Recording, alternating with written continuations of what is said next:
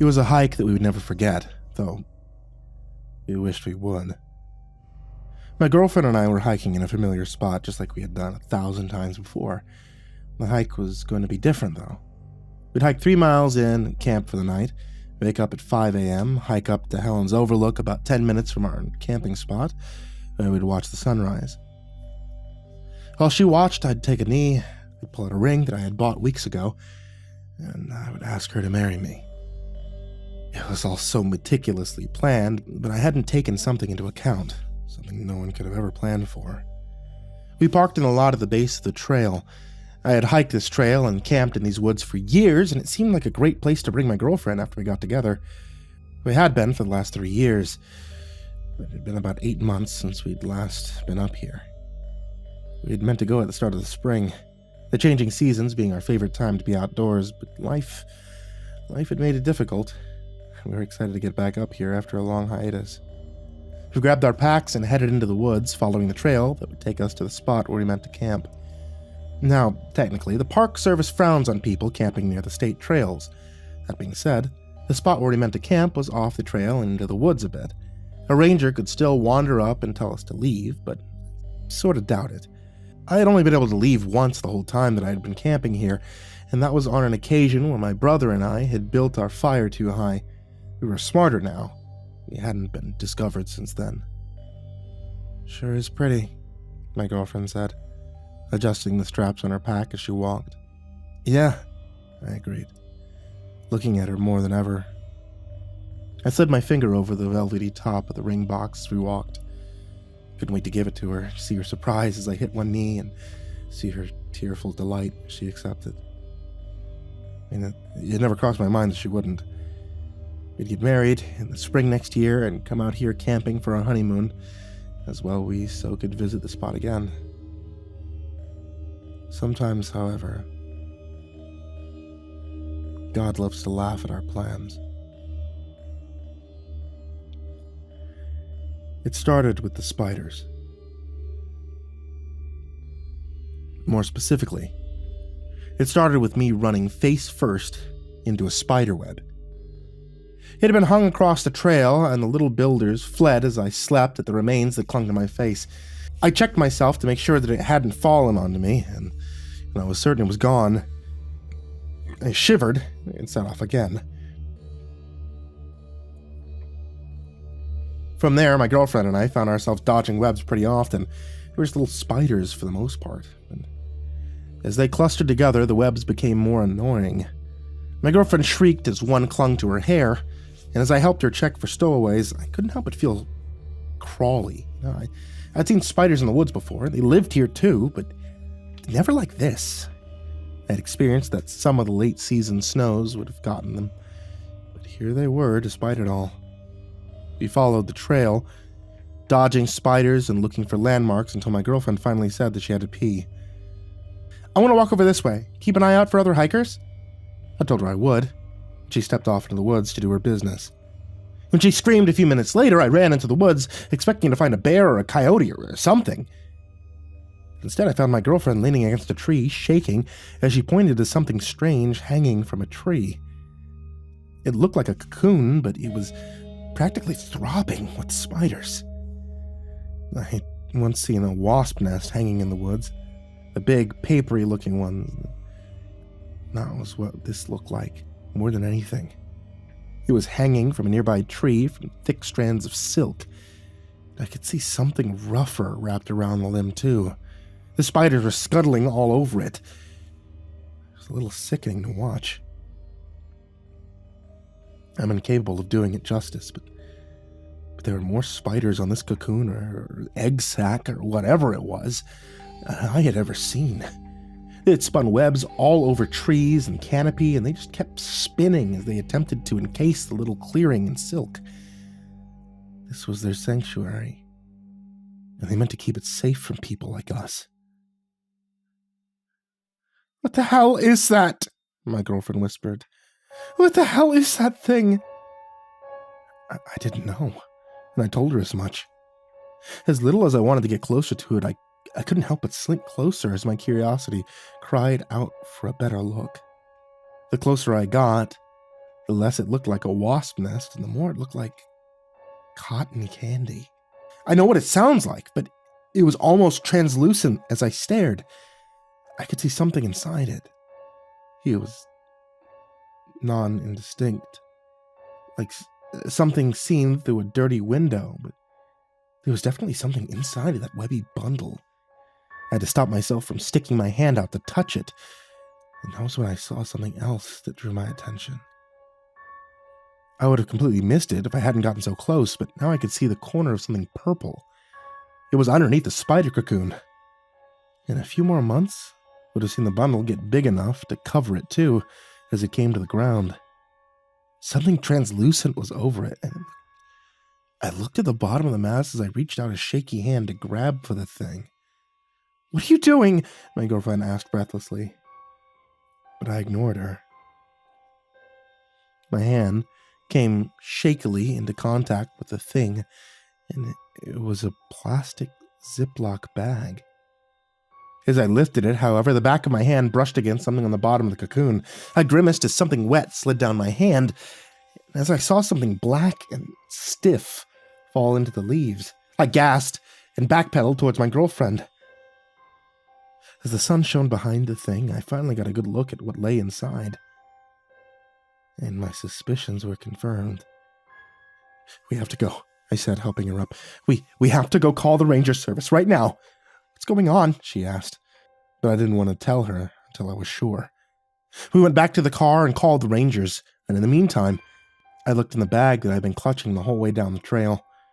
It was a purple notebook, the kind that you get at the Dollar General for a couple of bucks, and inside was someone's journal. Her name must have been Lisa, because she signed all of her entries with it. The more I read, the more I came to understand that this was a journal she was keeping in a mental health facility after a suicide attempt. She talked about the medication that they gave her, about the groups she attended, about the phone calls with her parents that she had, and how it all helped her see that life had meaning and that she shouldn't squander it. She left the group home with a new lease on life, but that lease had soon run out. The last entry was made about 4 months ago, about a week before one of the worst spring storms in decades. "I just can't take it. Charlie is gone. He says he can't handle my roller coaster emotions. And he took Sophie to stay with his parents for a while. My parents are trying to be supportive, but I can see what a burden I've become to them, my husband and my daughter, so I've decided to leave. I'm going to hike the trails that gave me joy, and when I find a spot that I'm not likely to be found, I'll end it. If anyone finds this, my name is Lisa Turner." I closed it as a Jeep pulled into the parking lot and put it back in the bag. The rangers were a couple of younger guys, college age, still green. They told us to lead the way, and we took them up to see what we had found. They laughed as we tried to explain to them what we found, joking that it was probably just a really big wasp nest. They shut up when we got to the spot, and they saw it for themselves. They called a few other people, telling us to stay close just in case. They brought a fogger and some thick suits for dealing with pests. As the spiders either fled or fell from the perch when the chemicals hit them, one of the rangers brought a ladder and started inspecting the web mass. He was an older guy and looked like he'd been doing this since pioneer times. He shook his head and asked for the limb cutter. One of the younger guys scoffed. "There's no way you can cut that limb with these, Hawk." "Don't need it," said the older ranger. I suppose who was Hawk. He told everyone to stand back and snipped something at the top. The whole thing came down, and when it burst, I saw what I feared inside. There was a woman in the cocoon, her body bloated and rotten looking. She was covered in moving tumors that had burst and began spilling small spiders out of her. She had a rope around her neck, the purple marks still visible on the bloated skin. Her face looked peaceful despite the bulges and tumors where spiders had used her as an incubator. The police were called, and they handed them the journal and told them how we'd found the body. They thanked us, the rangers telling us that they would put our names in for accommodation. It was the old guy I was waiting for. It looked like he wanted to talk to us since he cut the body down. And when he leaned in close so the others couldn't hear, I knew he meant to impart some wisdom. These boys haven't seen this kind of thing before, but it's not my first time. I found a hiker 2 years in and been used as a nest by ground wasps. Found a corpse savaged by bears, bones built into beaver dam. Hikers skewered on the new horns of spotted bugs. Nature's beautiful.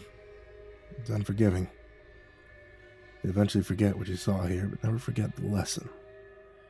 Nature will take you if it can. It'll take you, it'll reshape you, and it'll use you for whatever it needs. Be careful when you're in the woods. Always be courteous to the natural order. My girlfriend and I hiked back to the car in a somber silence, neither of us having much to say. We didn't camp that weekend, but I did propose 3 weeks later. I did it at our favorite restaurant, an Italian place in town where we'd had our first date, and she agreed with the exact amount of tears and squeals. I guess that makes her my fiancé now, and I'm glad to have her by my side. I've tried to forget what I saw in the woods that day, but I'm always mindful of my place when I'm in nature. Who's to say who might find me if I forget?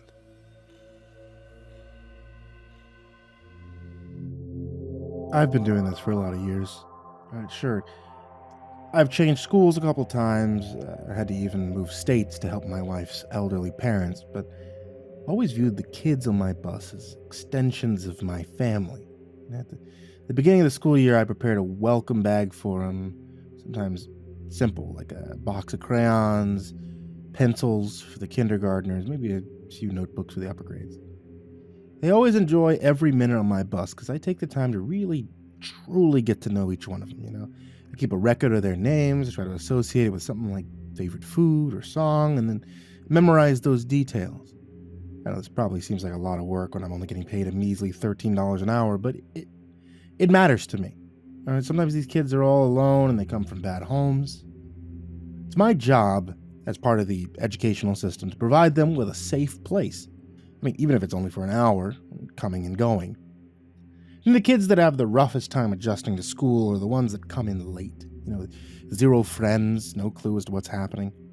I try to help as much as I can. It's my intention. My boss gave me a new rider on March 30th this year. It was only, a few blocks away from one of my other spots. According to the paperwork, the kid was 6 years old. His name was Jack Calford.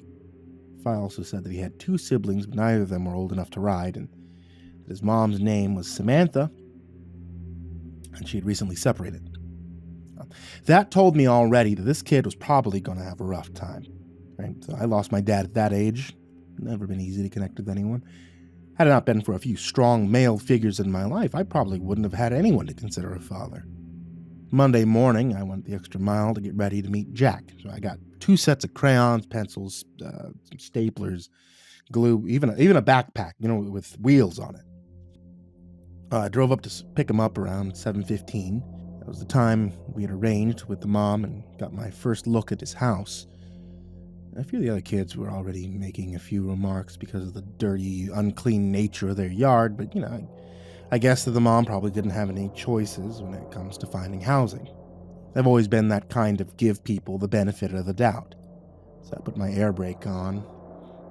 I flashed the lights. I told them that I was outside as I opened the door, and I smelled this strange, distant odor. I couldn't quite put my finger on it at first, but it was very distinct. It reminded me of something that I had found under my house once, like old mold. But Jack never came out. I knew I couldn't wait, so I drove away. The other kids jeered, and I had to focus on settling them down the rest of the ride to the elementary school, as I thought about Jack and his current home conditions. So I wanted to know for sure that he was okay. Jack didn't show up to get on the afternoon route either. Asked my boss if I had gotten the wrong address. Oh, you know how it is. Parents never remember the first time they try to get their kids out to the bus on time.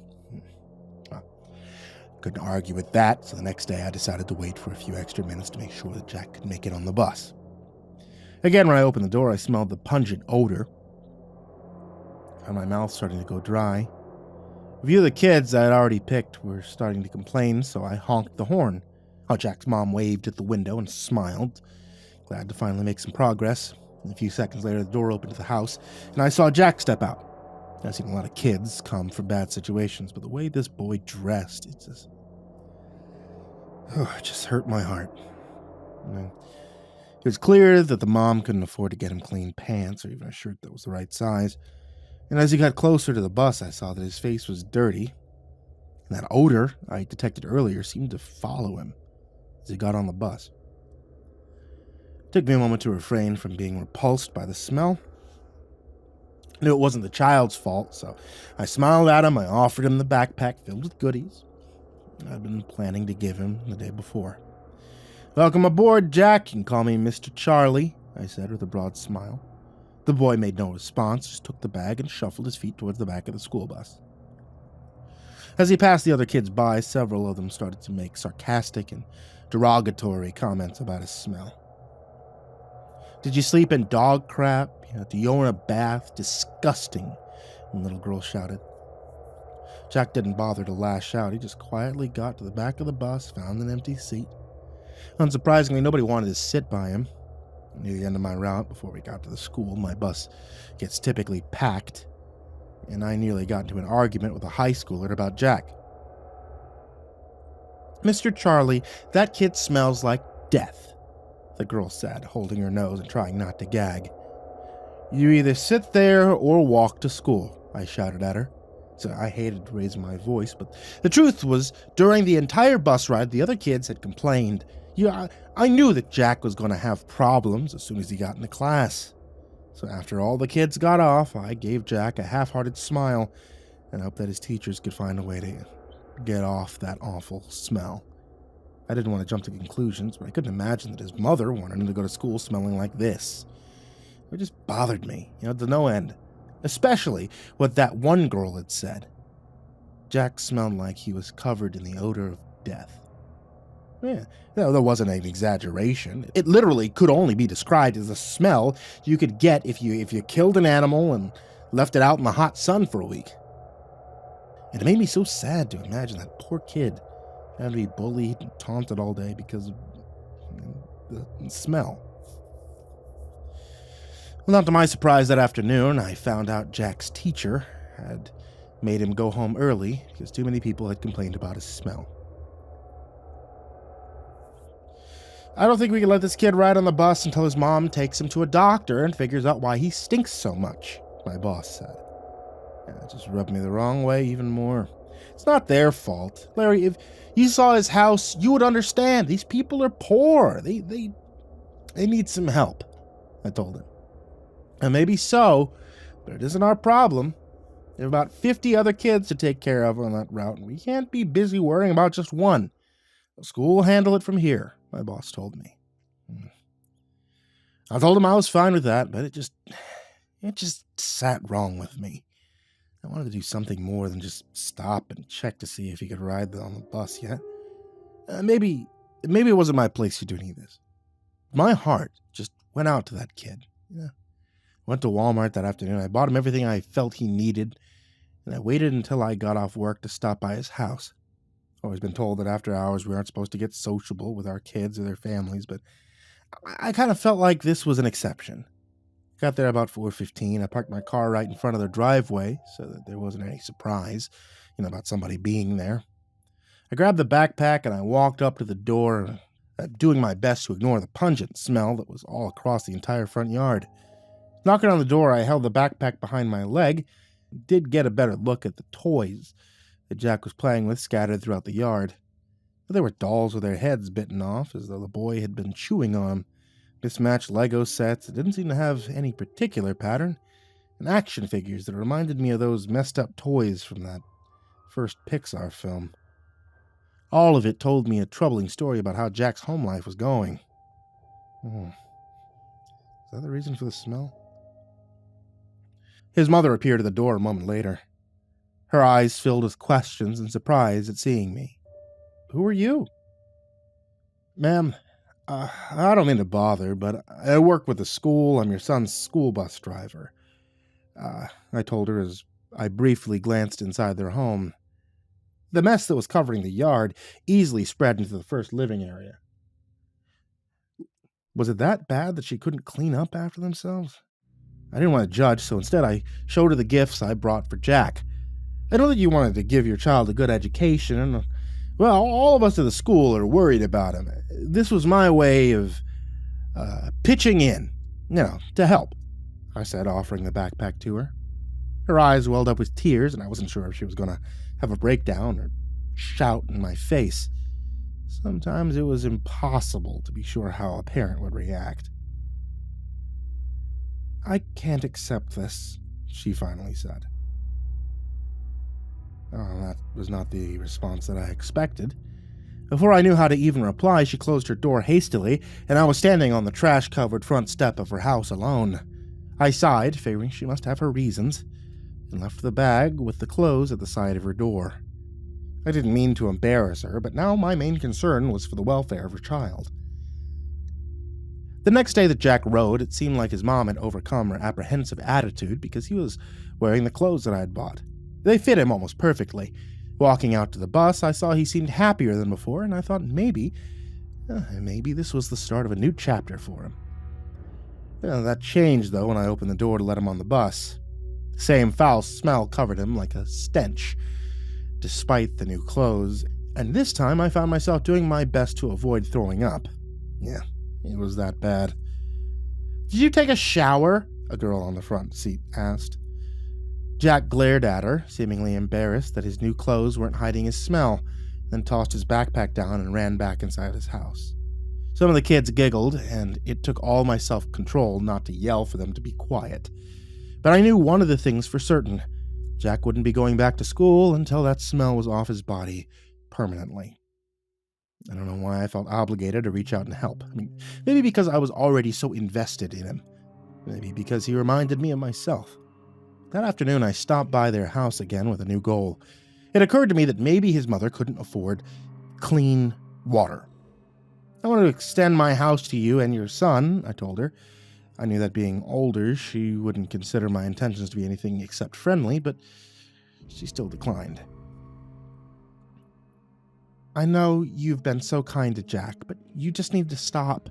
I don't want anything bad to happen to you," she said. That thought made little sense to me, as I couldn't fathom how helping Jack would harm me. And the way that she acted bothered me. Was she scared of her son? It couldn't be that. I felt like she was hiding something. She turned away help from me and from the school time and time again, and I couldn't grasp why that was. So I did something I'd never had to do in my career. And, I contacted CPS. I think I was a little angry, maybe because I was just so worried about Jack. But I couldn't think of any other way to help him. I told the representative that I'd talked to the entire situation, and they thanked me for my diligence. "Done an amazing job, Mr. Charles. We'll handle it from here," a woman told me. That whole weekend, my stomach churned, and I worried about what would happen to Jack. They said that they would get to his house as quickly as possible, but I wasn't so sure that it was going to be that easy. Monday rolled around again, and I tried to resume normal life and put the worrying out of my head, but it got stronger as I arrived at Jack's house. Something was wrong. This time, as he boarded the bus, he looked angry and hostile, as though I had stabbed him in the heart. The smell was also stronger than it had ever been. I literally had to hold my breath when he was near me, and I saw his mother standing in the doorstep glaring at me. It looked like her arm was covered in scratches. Had Jack attacked her because he was apprehensive about returning to school? Well, that bothered me to no end. What if CPS had come but hadn't found anything disturbing at all? It all felt like something bad happened in the house, and it wasn't good. I made it a habit of mine to trust my gut, and this told me I needed to get inside that house and find out what was happening. I was sure I would likely lose my job over this, but I needed to know. I needed to know the truth about why Jack's smell hadn't gone away, why CPS had not taken this kid away to a better home. I needed answers. Jack, is there something happening in your house that you're scared of? I asked the boy. I made sure he was the last off that day, and I knew the mother would open the door when she saw the school bus, and it was going to be my only chance. He only nodded, not even bothering to explain, not that he needed to. That told me that this mom was not the doting, concerned parent that I had been given the benefit of the doubt to. So I helped him off the bus, and I walked up to the door. The mom saw the look on my face and said, "You shouldn't be here. I need to see Jack's room. He took something from me and I want it back." This was the lie that I prepared by slipping my Rolex into his pack from the previous day. The mom hesitated at first and then looked at her son, as though checking with him that he was all right. Jack gave a slight nod and led me inside. Now the smell of death was even stronger here. I swear I saw a dead cat in the corner of the room, and it seemed like feces covered the floor. Jack guided me by the hand to a set of stairs that led to the basement. "What's down there?" I whispered, my blood boiling. I was so angry with the mom for letting them live this way, but Jack didn't seem bothered. He just tugged my hand and encouraged me to come down with him and said, "My room." The basement was damp and moldy, a single dim bulb burning and hanging from a clothesstring.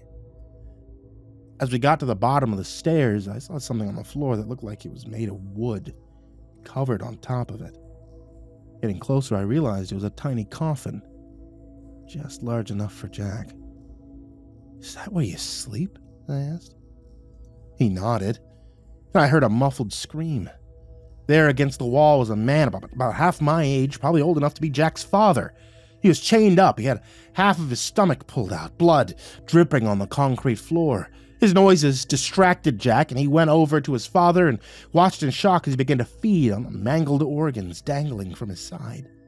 I stumbled back towards the steps, my eyes not daring to look away as Jack kept eating and snarling. This was no way for a child to live, but then the glint in his eyes and the way his teeth gnashed against his dad's flesh told me the truth. This was not a child at all.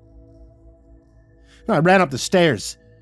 His mother was there, trembling and crying, as she watched helplessly. "Why don't you tell the police?" I asked frantically. She covered her mouth as she watched her son keep feeding. "Have you ever had children, Mr. Charles?" I ran from the house and towards the bus.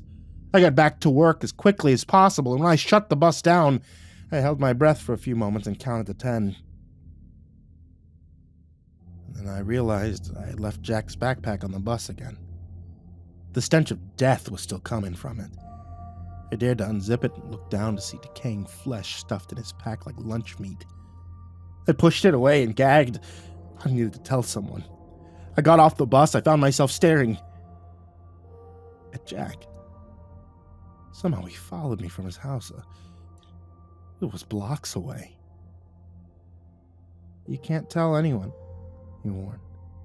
Then he gestured toward the pack and encouraged me to unzip it again. I looked in the goop of blood and bone, and I saw something shiny in there. I reached in and pulled it out. It was a badge. A badge of one of the CPS employees. I looked up at Jack, and he smiled. And he walked away. Ever since that day, I've had Jack sit on the front row of the bus and given him the best treatment. And I've recommended that his teachers, they do the same. Ladies and gentlemen, we apologize. It's time for Mambo number 6. The customer service in the pub has the air of a war crime trial. When I inquire whether there was any free tables, the waitress asks me if I'm blind. The bartender stops just short of throwing the beer at me.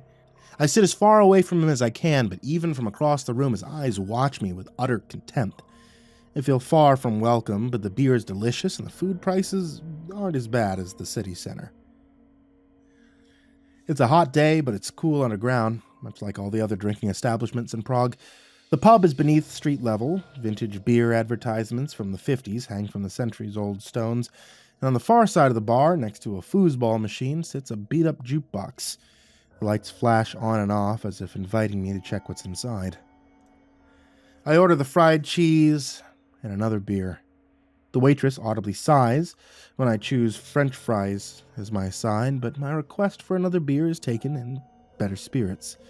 The food arrives 20 minutes later, and I don't regret my order. There's something heavenly in the combination of Pilsner, cheap cheese, and potatoes.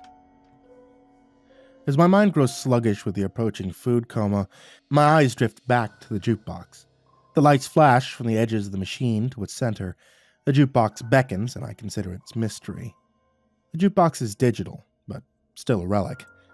Islands of dead pixels stretch across the smudged screen. In the music section, it's provided in garish green text on a puke-yellow background. The lights of the jukebox start to flicker faster. The mystery of its contents is far too alluring to be left alone. Before I get up, however, a bespectacled man with a ponytail walks over to the machine. His large flannel frame blocks out the screen and obscures his music choices, but doesn't stay a mystery for too long. The Boys Are Back in Town by Thin Lizzy. He struts over to his group of friends, keeping in beat with the guitar. They greet him with smiles and shot glasses of bright green liquid. They take their medicine and grimace and laugh. Yet before the song finishes, the group descends into quiet conversation. I wait for the song to finish so that I can explore the jukebox myself, yet it doesn't. Just as the song starts to fade out, the boys return to town once more. The encore of the song visibly irritates both the man with the ponytail and his friends. Before the second chorus is reached, the boys square up their bill and head upstairs. I feel like I'm about to burst, but I still chase the few chunks of once molten cheese around my plate and follow them up with more beer. As I chew, my eyes can't help but to wander towards the jukebox. The lights flash to the rhythm of the guitar solo and grow progressively brighter. Then, with the last few reminders that the boys are, in fact, in town, the music starts to fade, and so do the lights.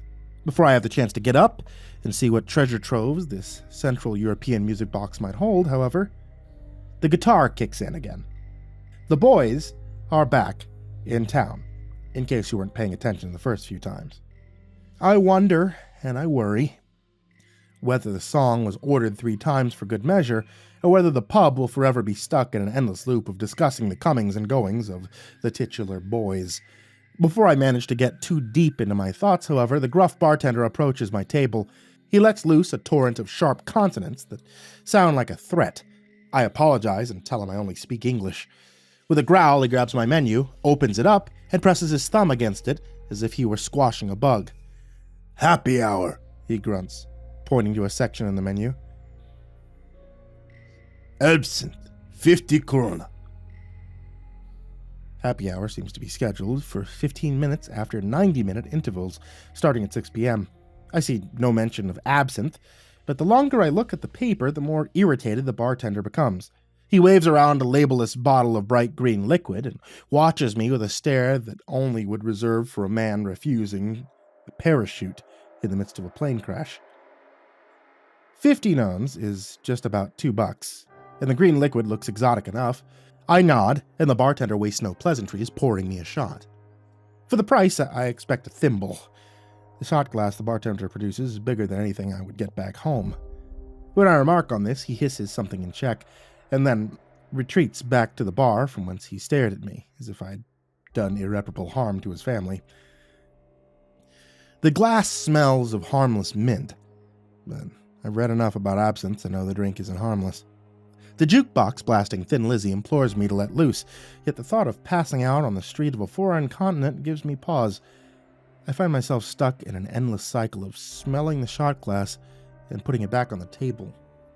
From across the bar, the jukebox goes dark and lights up again. The boys are back in town. It's not absinthe, don't worry. A voice comes from the table next to me. For the first time since I arrived in Prague, I see a smile. "It's Selena," she says. Literally means green, in Czech. Cheap peppermint schnapps. We tell tourists it's absinthe, so they believe they're good at drinking. She has her own shot glass filled with a similar hue of liquor. She teaches me how to say cheers in Czech, and on my third attempt, she finds my pronunciation acceptable. The drink tastes like Listerine, cut with cheap vodka. The face I make after downing it makes her laugh. Her name is Maya. She's a local and a tour guide to boot. She's in the pub for the same reason I am, fried food and Pilsner. They have the best cheese in town here, she says. Loads of nicer restaurants have cheese on the menu, but they use good cheese. You don't want to fry good cheese. Sounds weird. You want the cheapest of the cheap. Eat 'em. That's what the secret is. Cheap food should be made with cheap ingredients. Just as she finishes her thought, Thin Lizzy fades off on the jukebox. When the boys make their fourth, triumphant return, I'm about to comment on it. Yet before I get a word out, Maya raps her knuckles on the table and gets up. She saunters over to the jukebox, delivers an elegant kick to its side, and the music stops. By the time Maya returns to the table, the jukebox is belting out a different song. Immediately I recognize the twangy bass line of Nancy Sinatra's "These Boots Are Made for Walkin'," but the lyrics are foreign and harsher. What is that? I asked. Boots Against Love. Ivan Pernosilva, 1966, Maya says, tapping her sneakers against the table in rhythm. We were behind the Iron Curtain for a good 40 years, but in the 60s there was a brief moment of liberalization where music from the West came in. Prague Spring, we call it. Then, in 68, our comrades to the East sent 500,000 troops and a couple thousand tanks to change our mind. They called it a mission of brotherly assurance. Special military operation in modern parlance, if you will. The waitress comes by our table. I ordered another beer, and Maya orders the fried cheese. She chooses the baked potatoes over French fries. Yet the waitress still attends us as if we were convicted of crimes against humanity. Once the oppressive air of the Czech service industry leaves our table, I focus in on the strange, gruff, consonant-filled version of Nancy Sinatra's hit. Are the lyrics the same as the original? I ask. He tells me he has something for me again, and that something is apparently love. I don't want any love in my home, though, no. All it brings is sadness and strife. I have these boots against love, and they protect their miss. One of these days, these boots are going to stomp all to bits. Different message, I say. Is it? She asks. I guess we're just less romantic. The waitress comes back with 2 beers, and after about 15 minutes she returns with Maya's fried cheese. All the while, Boots Against Love keep repeating on the jukebox over and over again. By then, however, the music isn't a bother. It's simply background ambience to a fascinating history lesson. With the gusto of a well-paid lecturer, Maya tells me about the Iron Curtain and how the underground music scene behind it operated. She tells me about Bone LPs and the Plastic People of the Universe and how the Scorpions took Moscow by storm. The pub itself isn't without history either. In the 15th century it used to serve as a grain storage, and after the 1968 invasion and the 69 riots, it was used for practice by all sorts of underground bands. It wasn't until 2001 that some enterprising Italian bought the building and established a traditional Czech pub. From across the bar, as Maya takes breaks from talking to chew her food, the jukebox still beckons. Even as a smoky version of Nancy Sinatra's song about stomping on hearts, I can see the jukebox beckoning me closer. The machine's flickering bulbs challenge me to see what other rare tracks I can find in its catalog. The jukebox's lights aren't any match for Maya, though. She quickly gains my full attention. It's hands down the most historical bathroom I've ever been in, but it smells like any dive back home. From the ancient stone walls hangs even more vintage beer advertisements, and at the bottom of each urinal there sits a plastic toy turtle. "Do not steal the turtles," reads a sign, solely written in English. For a moment I wonder whether we exist in a godless universe, but then my mind wanders once more. In the ancient stone, not too far from the sign, there's a scratched-out message. At first I feel as if I had stumbled upon a message centuries old, but on a closer inspection, I realize the message is no older than 1999. Scratched deep into the stone by key or nail, it reads, Mambo number 6. When I got back, I offered to pay for both Maya's dinner and the 2 fresh beers on the table. She doesn't stop me. In thanks, she pulls out a YouTube video of another cover, a rendition of Jay-Z's New York, where the Big Apple is replaced by Ostrava, a city which, according to Maya, was known as the Iron Heart of the Republic before the Revolution. Then she pulls up another video. This time, it's a cover of The House of the Rising Sun by communism's answer to Frank Sinatra, Karl Gott. The operatic notes are far too much for me, but Maya starts listing through plenty of other covers while talking about how Western music would seep into Czechoslovakia during the Cold War. Any cool covers or more recent stuff? I asked. There was a lot of rap that would lift beats wholesale back in the early 2000s, she says, typing something into the search bar. What about 90s music? Maya's brow furrowed in thought. From the other side of the pub, Yvonne orders her anti-love boots to march, and the trumpets kick in again. The words leave my mouth with little thought. Something like Mambo No. 6, maybe. The trumpets fade off at the jukebox. I expect them to return, but they do not. The music fades, and all we're left with is the drunken chatter around us and the clinking of glasses. What? Mambo No. 5, I said, trying to pull the melody from the ether. The shot of green in my stomach catches up with me and bars my memory. There's a song called Mambo No. 5 in the 90s. Thought a Czech version of the song could be like, I don't know, Mambo No. No, there's a song like that. All the excitement had been drained from Maya's face. I'm no longer an audience to be entertained, I'm just some guy in a bar. She picks up her phone and tells me that she might have to go help out on a tour that's starting in 15 minutes. With 3 swift gulps, she empties most of her beer and leaves, but a couple of sips. I know she'll be gone if I don't say something. The video killed the radio star? The side of her mouth twitched. Without a word, Maya gets up and jogs over to the jukebox. The machine's lights flicker without purpose, but once she touches it, they calm. Soon enough, they shine to the rhythm of a familiar piano. So I invite you home, but first I have to say, I have just 4 walls, and there's nothing in the way. Not even television, really. I don't have anything. So we all left.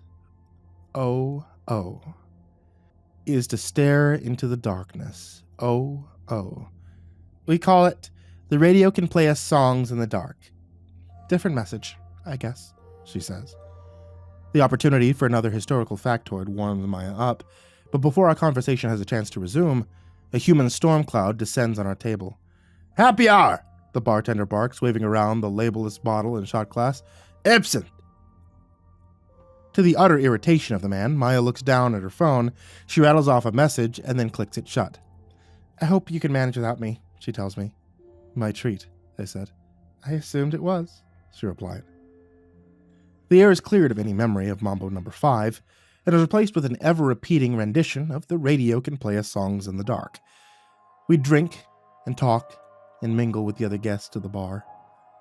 My lonesome dinner quickly turns into a night of shots and foosball and cultural exchange.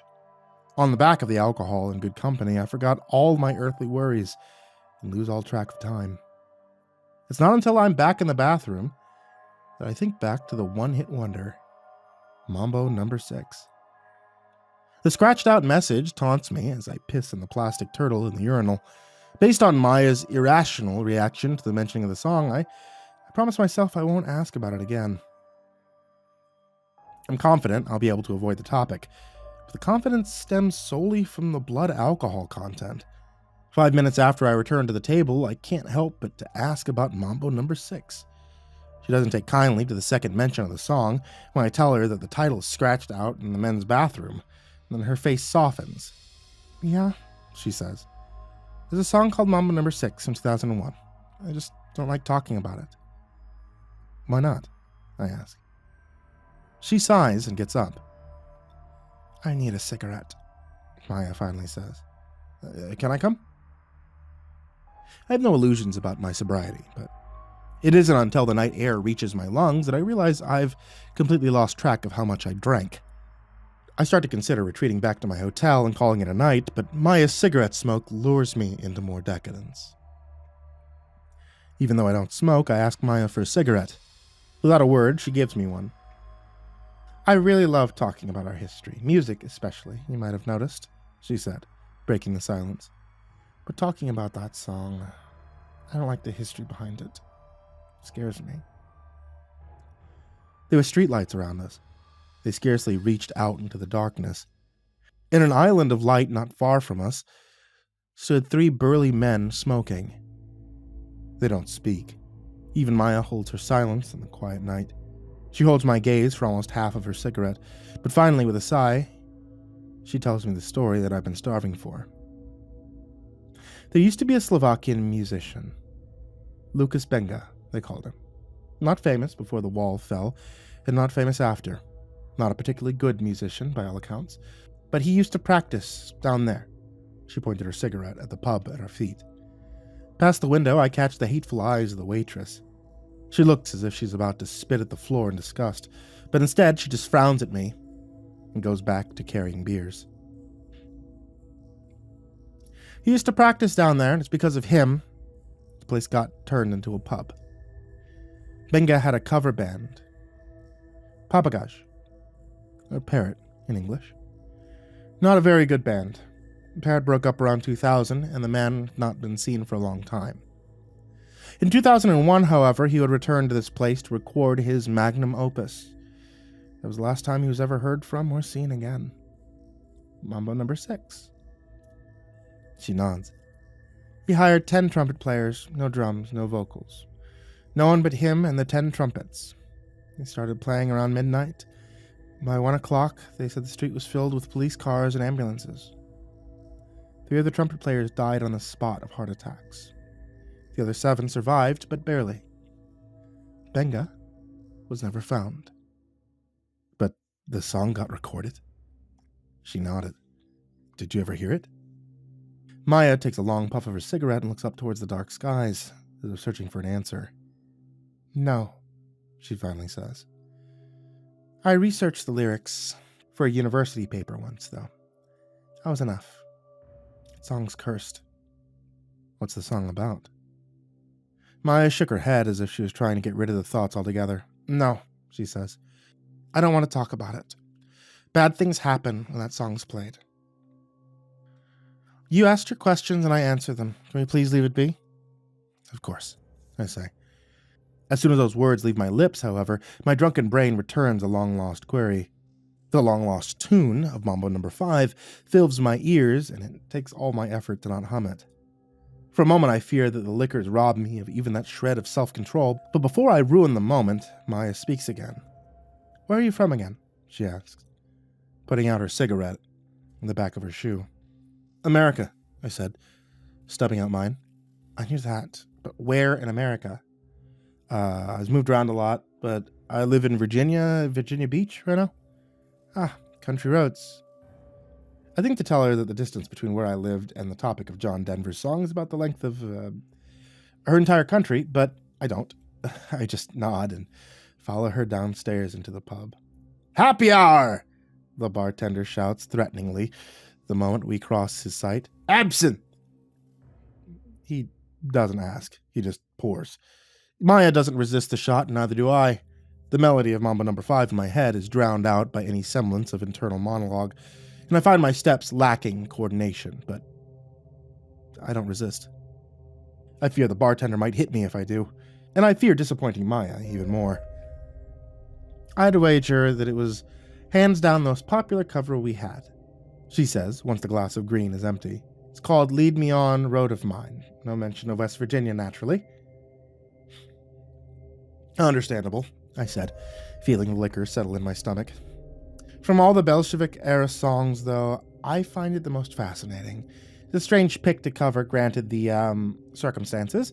Really wonder what was going through the head of the bureaucrat who approved the lyrics. What are the lyrics? I asked, trying not to think of Mambo number 5. She smiles and grabs my hand and leads me to the jukebox. The pub is nearly empty. There's only a few stragglers left, sorting out their bill with the perpetually angry staff. I know that if I play my cards right, I might end up going home with Maya, yet my mind's far too full of trumpets to think straight. The machine didn't look to be in good shape from across the bar, but being close to it cements its status in the relic of history. The plastic of the machine is so scratched, barely any of its original paint remains. Beneath the dashboard, like stalactites in some primordial cavern, sit chunks of long-chewed gum, the color of picked bone. Even the lights in the machine seemed so alluring from a distance, flicker with terminal sluggishness. Without letting go of my hand, Maya presses a 20-crown coin into the machine and taps out the first couple of letterings of the song. Album art is a smiling man lying on the grass in a dress shirt. Corduroy pants and loafers flash up on the screen. The jukebox tries to remind me of my home far away, but my heart is elsewhere. Lead me on, road of mine. Lead me on, even I. Where you end, that's where I want to be. Lead me on, road of mine. I smile at Maya's translation, but I'm barely cognizant of it. My soul is seized with liquor and mambo. Want to sit? She asked, nudging me back towards our table. The jukebox shines in rhythm to the foreign John Denver knockoff, but another song plays in my heart.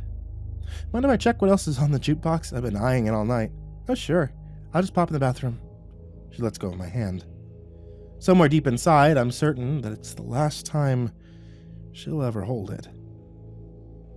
It's not until my fingers hover over the dashboard that I realize I can't see straight. For an instant, I consider abandoning my search and going back to the table, or better yet, retreating back to my hotel room to get a proper night's sleep and plenty of water. Even as the thought slurs across my mind, I know I can't resist. I know there's only one way to get rid of the trumpets in my ears. I press M, and then A, and then M again, and then B. I have to squint my eyes to see the results. There's 2 songs listed, Mambo number 5, and something far more interesting. I fish out a handful of change and squint at my palm. I almost put the 20 in, and then I remembered Maya. I remember her reaction to me even mentioning Mambo number 6. Far too drunk to be a functioning adult, but I'm sober enough to know that nothing good will come from me playing that song. The water in the bathroom's lukewarm and tastes off, but splashing it on my face centers me. I decide I'll leave the jukebox play, knock off John Denver, and leave the mystery of Mambo to another night. I stare into the mirror and promise myself I'll follow through. Looks like they'll be closing soon, she says, finishing off her beer. You want to go somewhere else? They have Mambo number 6 in the jukebox. The moment the words leave my lips, I drive my nails into my palms and bite the edge of my cheek. I regret every single shot of Zelina I took. All the lust and liquor leaves her eyes. She looks at me no different than the bartender or the waitress. Do not, under any circumstances, play Mambo number 6 on the jukebox. Perhaps my parents didn't discipline me enough, but perhaps they disciplined me too much. Either way, I find it difficult to not do something after being explicitly told not to. If I'm drunk, that difficult task becomes impossible. I'm sorry, I say as I take the 20-crown coin out of my pocket. She blocks my way. At first, she simply positions her body between me and the jukebox, but when I walk around her, she grabs my shoulder. Maya might be smarter than me, but she's not stronger. I wrestle free and lean up against the dashboard. As I struggle to fit the coin into the machine, she pleads with me once more. Please, she says. This is for your own good. That song is cursed. From behind the bar, I see the bartender smiling at me. When our eyes meet, he winks.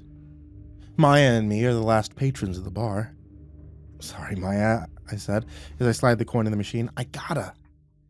Ladies and gentlemen, we apologize. It's time for Mambo number 6. Without a word, Maya turns on her heels and runs up the stairs. Before the bass line of the song starts, she's out of the pub. I'm alone with 2 grinning pub employees who watch me with devilish grins. The tune that comes from the jukebox is familiar, but the voice that accompanies it seems to have come from a wholly different world. It sounds tired, angry, and it pronounces each word of the consonant-filled lyrics with utter hatred. The names that Lucas Benga lists into the ether are not names of lovers, names of forbidden gods, or horrid cosmic entities, of things that the mortal mind can't comprehend. Though I don't understand the language with which Mambo number 6 is performed, the foreign words brew a primordial fear within my stomach. The music coming from the jukebox is inherently evil. And Maya was right. As the song picks up in tempo, both the bartender and the waitress start to dance. They pump their arms in the air, hitting the light fixtures. They kick their legs to the side, overturning the chairs. They sing along to the incomprehensible lyrics with screaming zeal. They dance towards me, insisting I join their horrid ritual. Though I lack balance, I manage to ascend 3 steps up towards the surface. 3 steps, however, is as far as I got. As I reach the 4th, as I feel the gentle caress of the cold night air on my face, Louis Benga breaks the stream of raspy Slavic words with a single phrase I understand. The trumpets! On the back of his horrid performance, as if forged in the raw syllables of his words, comes a booming, dark sound which no instrument can make. My knees turn weak, and I come tumbling down towards the spinning fists of the bar staff. With what I momentarily believe is sheer luck, I manage to dodge the blows and squeeze myself into the door of the man's bathroom. I breathe a sigh of relief. For a mere second, I believe I'm safe. With my second breath, however, I realize I'm trapped. The ancient windowless room smells like piss. The once grumpy Czechs were beating down on the sole door with energetic frenzy and joyous screams. The only plastic toy turtles peeking out of the urinals stand witness to my nightmarish ensnarement. From the wall, the scratched-out words in worn stone taunt me. Mambo number 6. Mayo's right. Nothing good can come from that song being mentioned. When the horrid music winds down, so does the banging on the door. In my drunkenness, I lose all ability at pattern recognition. For a moment, for a mere collection of seconds, I convince myself the song won't repeat. It repeats. Mambo number 6 repeats, and as Lucas Benga wails his haunting song, the banging noise on the door resumes with renewed fervor. I feel far from well, yet when I hear the terrible call of the trumpets, I drop to my knees once more. There's a sharp pain in my chest. There's a sharp pain in my chest, and I regret starting off my evening with melted cheese.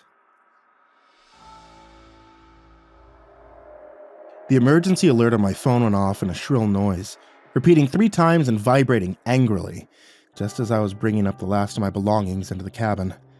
I took the device from my pocket and stared at it in disbelief for at least a minute before the realization set in, one that I would have to leave only moments after arriving.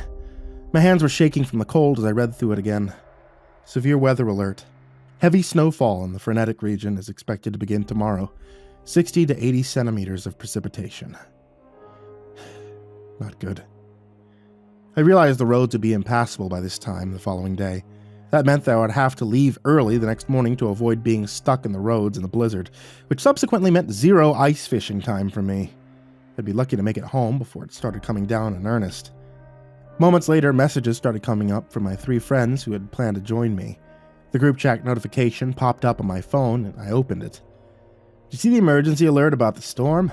Guess this trip's off. What a bunch of bullshit. Oh my god. Generational storms, what they're calling it now. Looks like we'll have to postpone for a few weeks. Hope you didn't go through with your plans to go up a day early, Jay. No kidding. What are the chances this blizzard hits us in an icy fishing weekend? I messaged back saying that I understood that we'd be rescheduling. I told them I'd make the trip up alone, accompanying the messages with forehead-slapping emojis. Sucks that I'd be stuck up here alone, I thought to myself. My dog, Gibson, pawed at my leg, and I smiled at her, feeling slightly reassured by her presence. Yeah, you're right, Gibby. I'm not completely alone. At least I got you here with me. After putting down a bowl of water and another containing kibble, my next priority was to start a fire in the small black stove at the center of the main living area. There was wood stacked up in a neat pile next to it, and small bags containing kindling, which we'd brought with us this summer and left behind. At first glance, it looked like a large enough stack, but I knew from experience that it would need twice as much as it appeared to make it through the night, so I went outside to gather more from beneath the boathouse. The family cottage was a rustic one, to put it mildly. There was no running water, no electricity, and the cabin was poorly insulated. Perennially procrastinated repairs were needed in more than one place, including the floor beneath one bed which had partially collapsed, letting in a slight trickle of cold air from outside.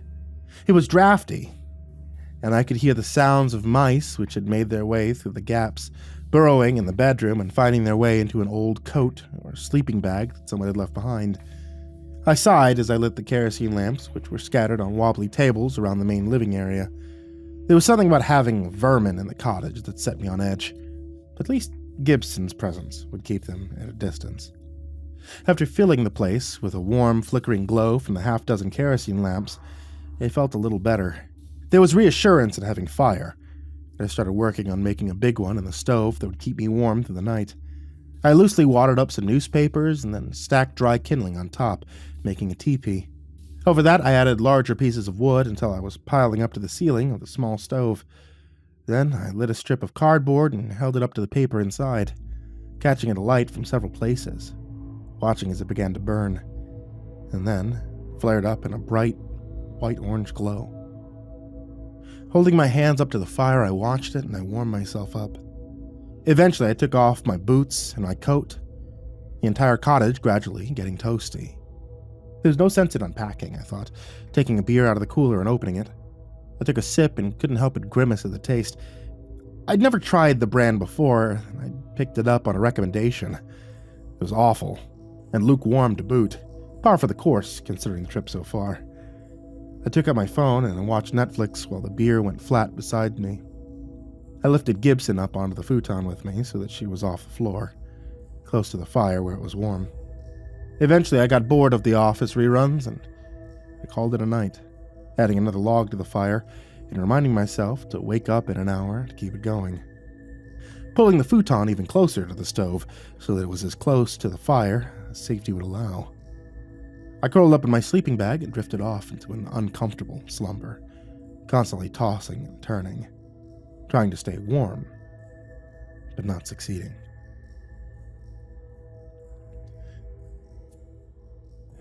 I woke up to the sound of whining coming from Gibson, trembling in the bed beside me. I was so cold that I was actually scared. My teeth were chattering uncontrollably, and I realized a few hours had passed. The fire had gone out completely, reduced to mere embers at the base of the stove. I put on my jacket and blew hot breath onto my fingers, pulling Gibson closer to me. She was shaking badly as well. My hands were trembling as I put more newspaper and kindling onto the fire, blowing into the embers and hoping they would reignite. My lungs felt frozen, my heart was beating fast, my skin prickled with pins and needles, turning into total numbness in my extremities. I'd never felt so cold in my life, and realized it was far beyond the weather forecast on the news. It seemed like it was in the minus 30 degrees, steadily dropping further. Terrified that I would not be able to get my body temperature back up, my mind started racing, thinking of worst-case scenarios. If I couldn't stop shaking pretty soon, it'd be impossible to start a fire again. I recalled that my truck was just outside, and I could get in there and start it up, turning on the heat until I felt warm again. But the idea of going out there and the truck refusing to start was too much to take, and considering the state of the beat-up old Ford, that seemed like a distinct possibility. So I continued stoking the fire, blowing on the precious few embers and adding more newspaper every so often until a tiny flame began to glow. I held my shaking hands up to the measly fire and added pieces of kindling sparingly. One by one, terrified of it going out again. Pulling Gibson closer, we shared each other's warmth, and I began to feel halfway human again. A sound came from outside the cabin suddenly, startling me and causing me to jump. My heart skipping a beat, then pounding faster and faster in my chest. A noise. Like fingernails being dragged across the siding could be heard from all around, echoing in the small space. Something was going from one end of the cottage to the other, attempting to get inside. Deep, guttural breathing could be heard, grunting and snorting, desperate, as it scraped its talons against the boarded-up windows. Gibson began to whine, making high-pitched noises as she huddled closer to me, and I put my hand over her muzzle, muffling her sounds. Was it a bear? I wondered. And I realized I was holding my breath. I thought about the holes in the flimsy facade of the cabin, the spot beneath the bed where the mice were getting in. I thought about the broken screen door and the wooden one behind that which needed to be replaced, almost falling off its rusty hinges. The entire cottage felt so frail and insecure all of a sudden, as I heard the loud noise of whatever that thing was, breathing heavily just outside, trying to get in. Maybe it was too cold out there, even for it. The ground shook with the weight of the creature as it made its way around the cabin. I was so focused on it that I didn't notice the fire going out again at first, as it fizzled down to embers. I continued holding my breath until it was gone. And then I relit the fire, my shaking hands barely able to get it going again. Once it was burning hot, I didn't sleep anymore. I pulled Gibson close, and the two of us stayed up all night watching the fire with weary eyes, taking occasional glances at the door. Even once we were both warm, we continued to shiver.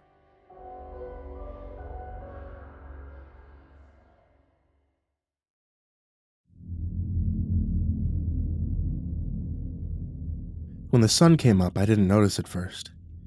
It was dark in the cottage 1 minute, and then it was light. I blinked my eyes a few times and rolled out of bed, deciding I'd waste no more time before leaving. I just hoped the bear, or whatever had been outside the night before, was gone. Gibson was scratching at the front door, asking to be let outside to pee, which told me that it was probably safe now. In the light of the morning, all that had happened seemed like a bad nightmare. I told myself, maybe it had been. Until I got outside and I saw the claw marks, which marred the exterior walls. Shuddering, I threw my belongings in the truck, doused the fire with too much water, and took one last look at the place. What a shitty weekend this has turned out to be, I thought to myself. With more people around, it was easier to keep the fire going, taking turns feeding it with wood so that everyone could sleep through the night. But it was frightening being up here by myself, even with Gibson by my side. I'd never done it before in the winter, and I never would again. Too many things that could go wrong. Freak snowstorm, fallen tree blocking the road, getting stuck, or going into a ditch. Those were just the beginning. I wanted to get out of here before any of those things could happen. The truck didn't want to start at first. I turned the key in the ignition twice, hearing only a click, and the absence of any engine noises. Cursing loudly, I checked to make sure that I hadn't left an interior light on, or something which could have drained the battery. Satisfied there was still a charge, I tried one more time, and finally, the old shitbox let out a cough and kicked into life. The engine began to sputter before finally settling into a steady, rusted purr. "All right, Gibson, let's get out of here," I said, rubbing the dog's head and smiling as she blinked her eyes. She looked content in the front seat, smiling to be back in the truck and out of the old cottage. There was a thin layer of snow on the gravel road, and the tires got moving easily enough. I looked up to see the sky was turning gray above me. A few white flakes were just beginning to fall. The weather was making an early appearance. I turned on the radio, and sure enough, they said the same thing I was thinking. The storm would be arriving early. By noon, the highways would be a parking lot. Whiteout conditions. Be prepared to be trapped in your car. Have emergency supplies ready. My anxiety was through the roof. As I went around a bend in the road, hitting the gas, I came to the first big hill and I went over it, seeing something strange up ahead as I came over the rise. Whatever it was blocking the road. Massive and brown, the lumpy, furry shape got bigger as I pulled up in front of it. The bear, which had been trying to get into my cottage the night before, was dead. Lying in the middle of the gravel road and blocking it completely. At first, I thought it had frozen to death. I got out of my truck and I inspected it. I was surprised to find that there was a horrible smell coming from the carcass. It was a chemical smell. Noxious and unpleasant, like some sort of factory waste. The snow had melted all around the beast, and blood and entrails were pooling around the far side. The hell could do such a thing? I mean, aren't bears the top of the food chain? They're alpha predators. Gibson was by my side, but she did not venture near the body. Usually she'd be curious, trying to sniff at something like that, but but she stayed next to me, emitting a low growl. The road was completely blocked, I realized. There was no way out, unless I could move it. But no matter which way I attempted it, the giant body of the dead bear would not budge. It weighed a ton. There were large trees on either side of the road, too close to drive past. There was only one other way out, which was driving across the frozen lake, and that was way too risky. I hadn't been able to test the thickness of the ice yet.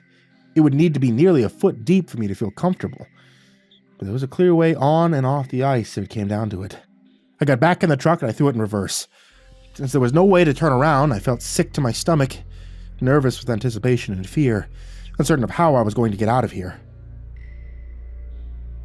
Once back in front of the cottage, I got out of the truck and went down to the ice with my spud. Walking out into the lake, I cleared a spot with my boot and began to dig with a sharpened metal rod. Satisfied that I had found the bottom of the ice, I put the tape measure through the hole, hoping that it would be close to a foot. Looking at the tape measure, my heart sank.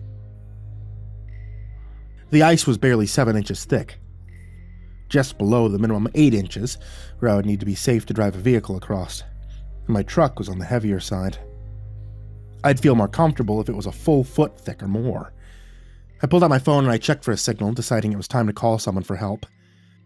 Who would I call? I still wasn't sure, but I knew I couldn't get out of this jam by myself.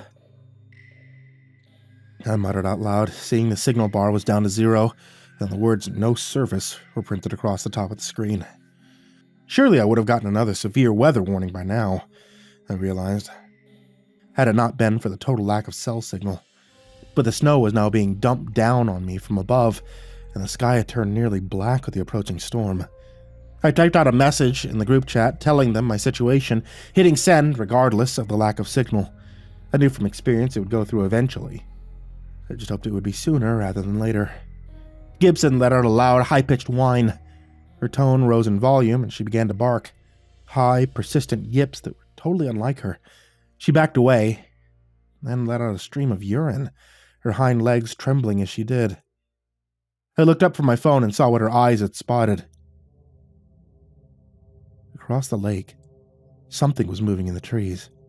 I saw fingers wrapping around a tree trunk too high up, the nails too long, too sharp to be a person's. Whatever the giant was, it looked similar to a man, but it was massive. It peered out at me from between the boughs of trees, its head probably 15 feet off the ground. Its skeletal limbs matched the monochromatic tone of the birches on either side of it, a gray, pale, white shade. I couldn't distinguish the entire form of it in the shadows, but I could make out its eyes. They reflected back at me, catching the gray light coming through the clouds. Then I saw its mouth spread wider in a grin, teeth dripping blood, and it disappeared back into the darkness. The temperature felt like it had dropped 30 below freezing again, as I began to shiver involuntarily and looked down to see Gibson was doing the same.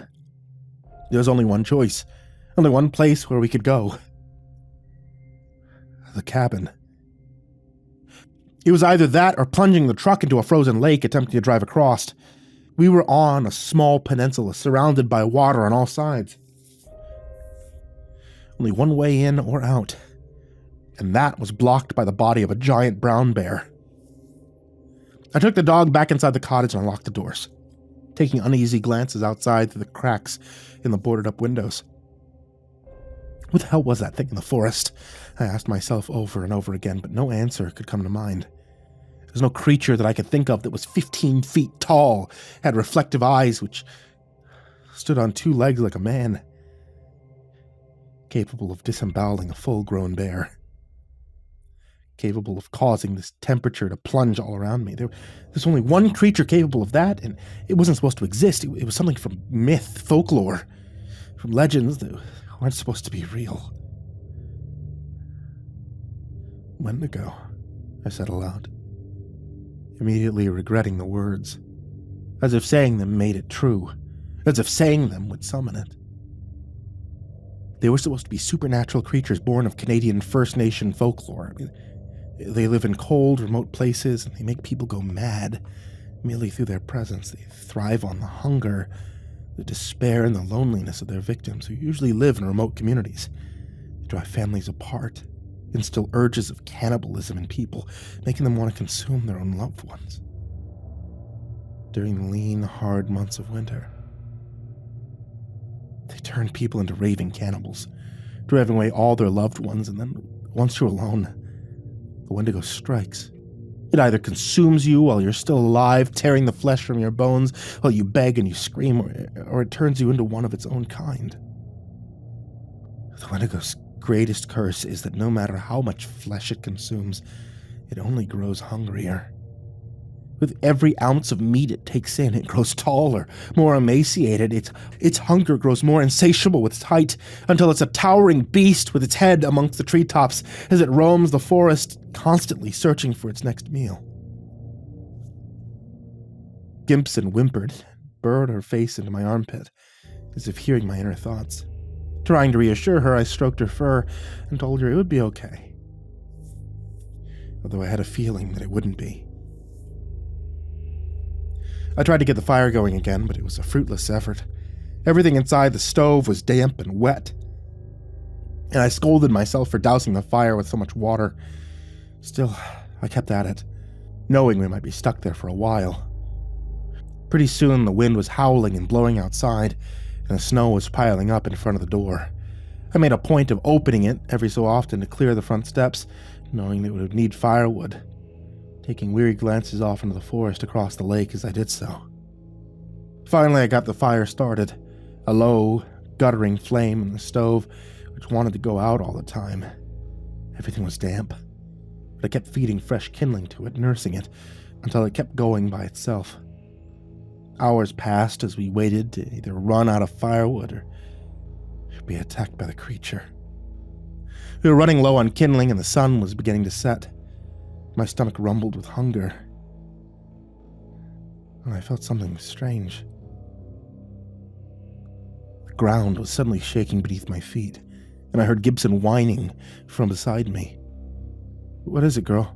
I asked, my voice catching in my throat as I realized the answer. It was the creature. It was back. The dining table began to rattle and bounce up and down as whatever was outside got closer, and I imagined the huge creature lifting the roof from the cabin like the cloche on a dish in a fancy restaurant, picking me up, eating me whole like a wriggling shrimp. A second later, there was a second sound at the front door, metal being ripped and sheared as I realized the creature was making its way in. The screen door landed on the ground with a crash, and the wooden door was being torn from its hinges an instant later. Cold air rushed inside as Gibson began to let out shrill, panicked barks of terror. I heard the thing tearing apart the front entrance, easily ripping apart the wood and making the doorway larger so that it could come inside. I tipped over the dining room table to use as a barricade. I picked up a chair, the only weapon that I could find nearby, thinking I'd have to throw it at the thing's face to defend us. But I heard a strange noise from out front. It was a car horn. Someone had come to save me. I heard a loud ding and pulled out my phone and saw the green checkmark beside my group chat message, indicating that at some point it had gone through, at some brief moment when there'd been a gap in the clouds. Reading the one received message on my phone, a hopeful smile spread across my face. You just had to skip town a day early to go ice fishing, didn't you? The hell is that thing? Ted was yelling from outside. I don't know, but it's trying to get inside. Jay, are you there? I shouted back that I was. There was a loud screech from outside, which I realized had come from the monster. They'd actually wounded it somehow. I ran to the front door with Gibson and looked out, seeing the creature for the first time. It stood with its back to us, its head amongst the treetops, even taller than it appeared at first. My friends had caught it off guard, but now it was fully aware of them. It was going after them. The Wendigo was distracted by something in front of the cottage, and I realized one of my friends had gotten out of the car, and they were using themselves as bait so that it could flee the cottage safely. They had driven across the ice with their lighter vehicle, just as I had hoped to do. I guess they'd also run into trouble moving the body of the giant bear, which blocked the road. Jay! Ted screamed out of the window, driving the car in circles in the ice, as if too terrified to stay still. I ran over to the car, slipping and sliding on the lake of ice. It was Matt who was distracting the Wendigo, I realized, and I called for him to get away from the thing. It was too large and too fast. He didn't know what he was dealing with. And that was Matt. He was always the act first and then think later type. Not only that, but he often put himself in harm's way for his friends. He turned to look at me and gave me a thumbs up, his attention diverted from the creature for a split second too long, as Gibson and I got into the car. We heard his screams, and I looked to see the Wendigo had closed the distance in an instant. He was picking him up like an insect, turning him and taking bites from him in places. As Matt screamed for help, the creature peeled off his skin, exposing his skull as he ate his face. The calls for help turned to bubbling gurgles and wet, choked sounds, and I nearly got out of the car to run after him, but Ted grabbed my wrist and pulled me back inside. "Can't save him," he said with wet, red-rimmed eyes. Eventually I relented. We raced across the icy lake, making a path through the blizzard, cutting a swath out of the fresh-fallen snow on our way back to the main roads. For a while we debated what to do. Should we call the police? I mean, our friend had just died after all. But we knew that if we did, we'd be considered suspects, and with no other reasonable explanation, they'd pin the death on us. They'd say we killed him. There was no box we could check on the official report that said Wendigo attack after all. I mean, such things didn't exist. They were myths, they were legends. As it turned out, we wouldn't have to worry about it.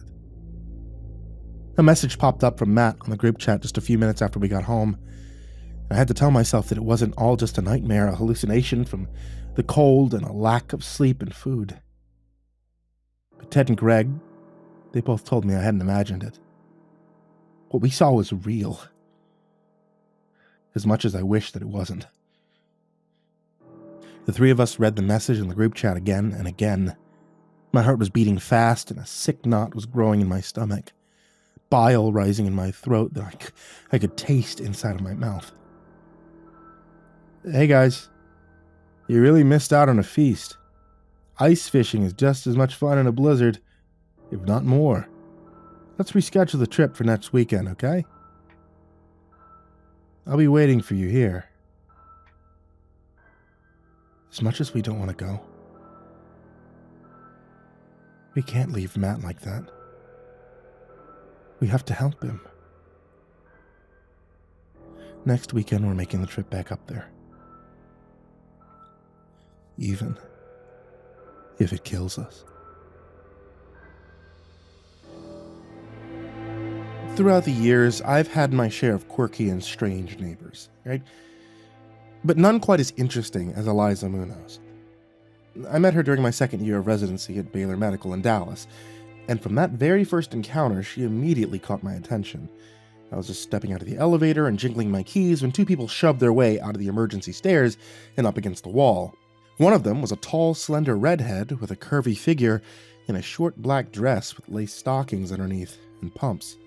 She was gorgeous and vivacious as hell, but I immediately felt dirty for thinking such thoughts about a woman that was clearly old enough to be my mother. The man that was pinning her to the wall was younger, though, probably 2 or 3 years older than I, and muscular as heck. The two of them were kissing and moaning like two animals, and I rolled my eyes in disgust. "Get a room," I muttered, as I went into my apartment and closed the door. Even then, because of the thin walls, I could hear everything they did that night. And as embarrassing as it is to admit, I was extremely turned on by the vitality and sexuality of this woman. I was jealous, too, of a life I probably would never be part of. 2 days later, I found out her name, thanks to another gentleman caller that she had. This one was a Spanish dude that yelled and cussed at her when she threw him out and threatened her. Once again, I was caught in the middle, and once he was gone, she ran out into the hallway and tossed his clothes like they were garbage. His dirty pants hit me and I dropped my phone mid-text. "Oh my gosh, I'm so sorry," she said, leaning down to get it. If I wasn't already enamored by her figure, this would have tipped me over the edge since all she was wearing was a thin nightgown. It's fine. Sorry about whoever he was, I said nervously as she passed the phone back to me. Julio? He's nobody, hon. she said, crossing her arms in front of her chest. And then her eyes drifted up and down my figure, like she was sizing me up. I felt so uncomfortable and had butterflies on my stomach that I didn't even pay attention to the questions she was asking me. She was waving her hand in front of me and muttering, "Are you deaf, sweetie?" I said, "What's your name?" Richard Pross, I told her. She told me her name, and I memorized it like it was the only thing in the world that mattered. You look to be about my son's age. Have a good night, Richie, she said with a smile, and closed the door. I'm not afraid to admit that I loved her calling me Richie. I mean, what can I say? I haven't been laid much since I started the job, and this woman and her abundant sexuality was driving me stir-crazy. Every time she'd bring a different man home while I was up late doing studies, I would hear her and her lover rock the bed, and I would lose all concentration and just have to take a cold shower. Eventually, I realized that I would need to work up the courage to actually try and make a move. After all, some of these men were even younger than me, so what was the harm in me giving it a go? Life's too short not to take risks. I said those types of boosting phrases about a zillion times before finally deciding to go over to her apartment one night and ask her on a date. My plan was simple. I was just going to use some cheesy pickup line and return some mail that got accidentally placed in my box downstairs. Yet, instead, that night changed everything. Her door was slightly ajar, as though her and her latest boy toy were in such a mood that they couldn't bother to close it. I was just about to turn around and go home, deflated that I had come on a night when she was busy, when I heard what sounded like a bone crack and a squeal of pain. Immediately, I thought she was in danger, so I pushed the door open and stepped into the dark room. I heard what sounded like soft gasping, and I whispered her name. "Hey, are you okay?" I asked softly as I made my way into the small den of the apartment. The noises were coming from her bedroom. I felt wrong to intrude like this, but it felt like she might be in some kind of danger. The sound of pain was getting worse with each second, and my curiosity got the better of me. What I saw is something I doubt I'd ever get out of my mind. At first I could make out just the curve of her back, but it wasn't the same way that I was used to seeing it at all. It was almost like she was twisting her spine around the man that she was straddling. Her body stretched and constricted to surround him the way a boa would, and as my eyes adjusted to the darkness, I realized that was exactly what was happening. She had managed to contort her entire body and was suffocating the man the way a snake might when preparing to devour its meal. Her breasts were pressed tight against the man's face as he lost all consciousness, and then her mouth was stretching and detaching her jaw to allow room for her to swallow him whole. In the middle of this horrific scene, her sparkling green eyes darted up and focused directly on me. Not knowing what else to do, I ran. I didn't look back until I made it to my apartment and bolted the door shut. I hardly had time to even catch my breath when I heard a sharp knock at the door. Gazing through the peephole told me that it was my sultry neighbor standing there in just a gown, with her midsection showing and no underwear underneath it. Her torso was still covered in her lover's blood. "Richie, I need you to let me in," she said, in the most sensual voice. I closed my eyes, trying to shake away the visions I had just seen in her apartment, and I swallowed a gulp of air. "I'm sorry you had to see me like that," Eliza told me. "If you let me in, I can explain." I saw her lick her fingers as though savoring the last bit of the man that she had just ripped the head off of. I ignored it. I thought for sure she was going to smash the door in and smother me, and I wasn't sure whether I found that idea sexy or downright terrifying. But surprisingly, she finally left me to my own devices, and I slid down onto the apartment carpet and gave a long sigh of relief. I didn't sleep one wink. I just sat there listening to the sound of her finishing her meal and shuddering involuntarily. I think I might need to break my lease.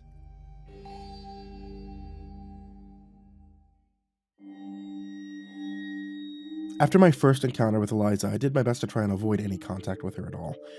I think what was the most infuriating was the fact that even though I knew what she was doing to these men, when I heard her getting raunchy, it almost took all of my willpower to not get aroused myself. Was it just because I was a pathetic loser that needed a date, or was I really infatuated with a woman that was most likely a demon? I found out the answer 2 days later when we had another encounter in the hallway. She looked tired, like she had just spent all of her energy coming up the stairs.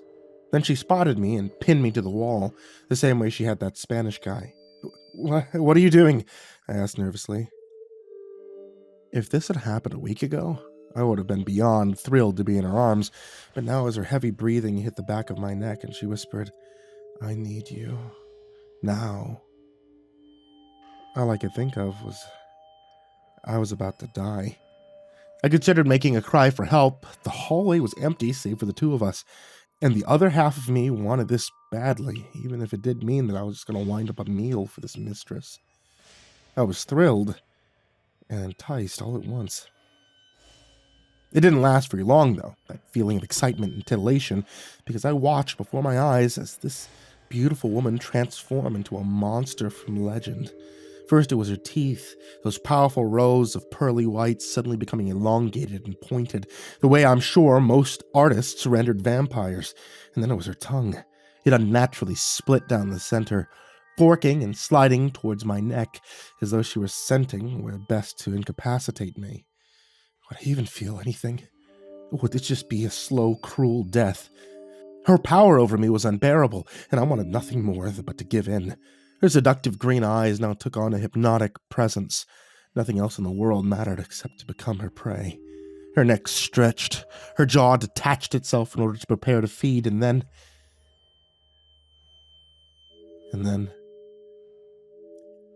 I saw shock in her eyes.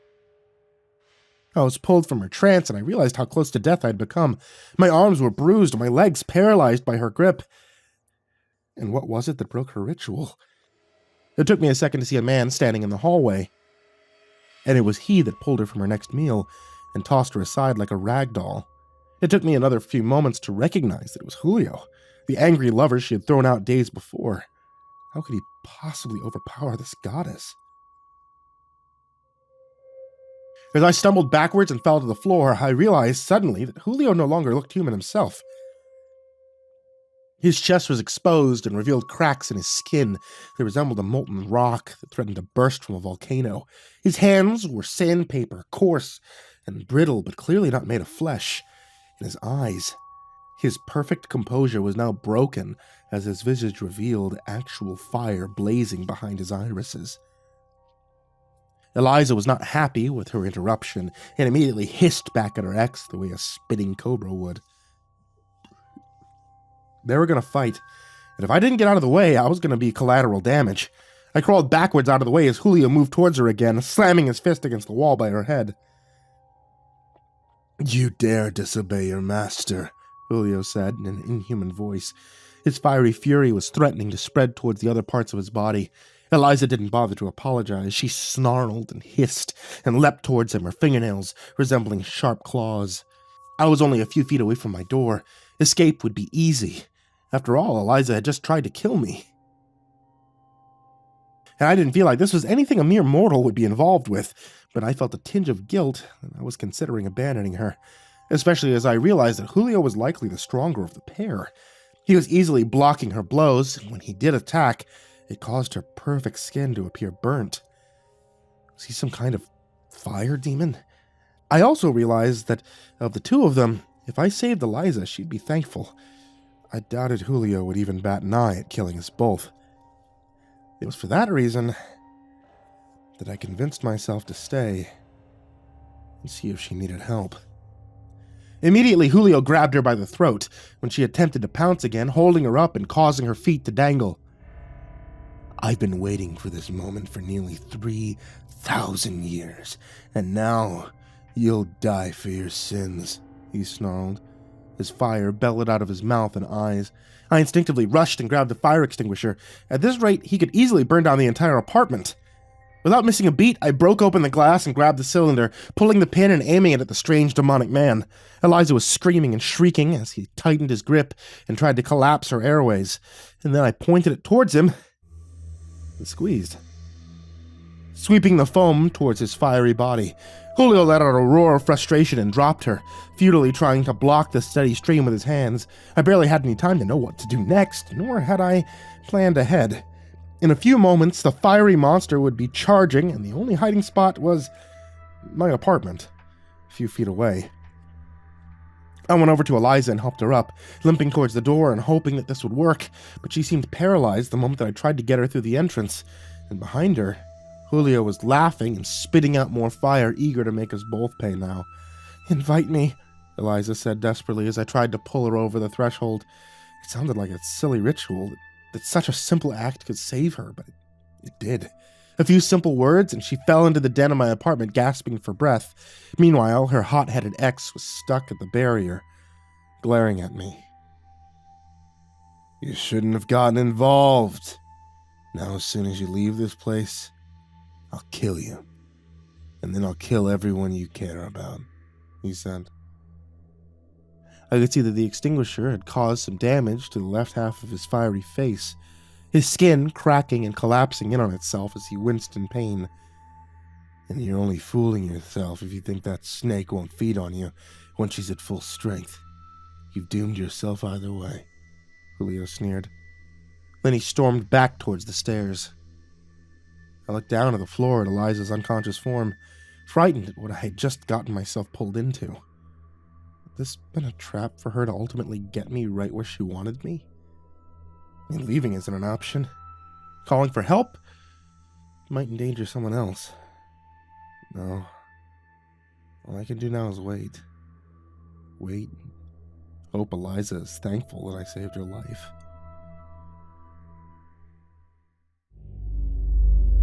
Most guys would think they're lucky to get a gorgeous woman in their apartment all to themselves, but Eliza was no ordinary woman. If you haven't already heard my first experience with her, the short version is that she's a beast in the bedroom. Literally. Some commenters have speculated that she might be connected to the ancient beast known as a Lamia, while others have suggested to me that she bears similar abilities to the traditional vampire. After what happened yesterday, I'm inclined to believe any crazy theory.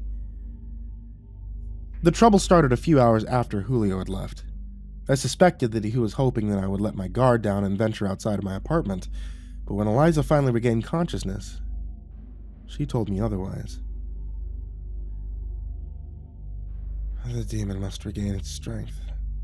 He will not return until dawn breaks," she said, with a weak voice as she struggled to sit up.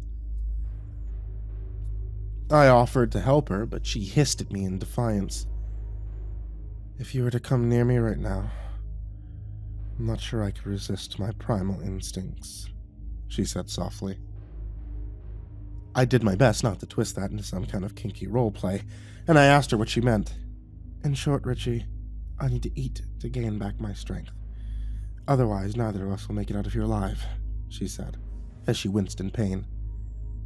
"But as long as he can't come inside, we're safe, right?" I asked. "For now.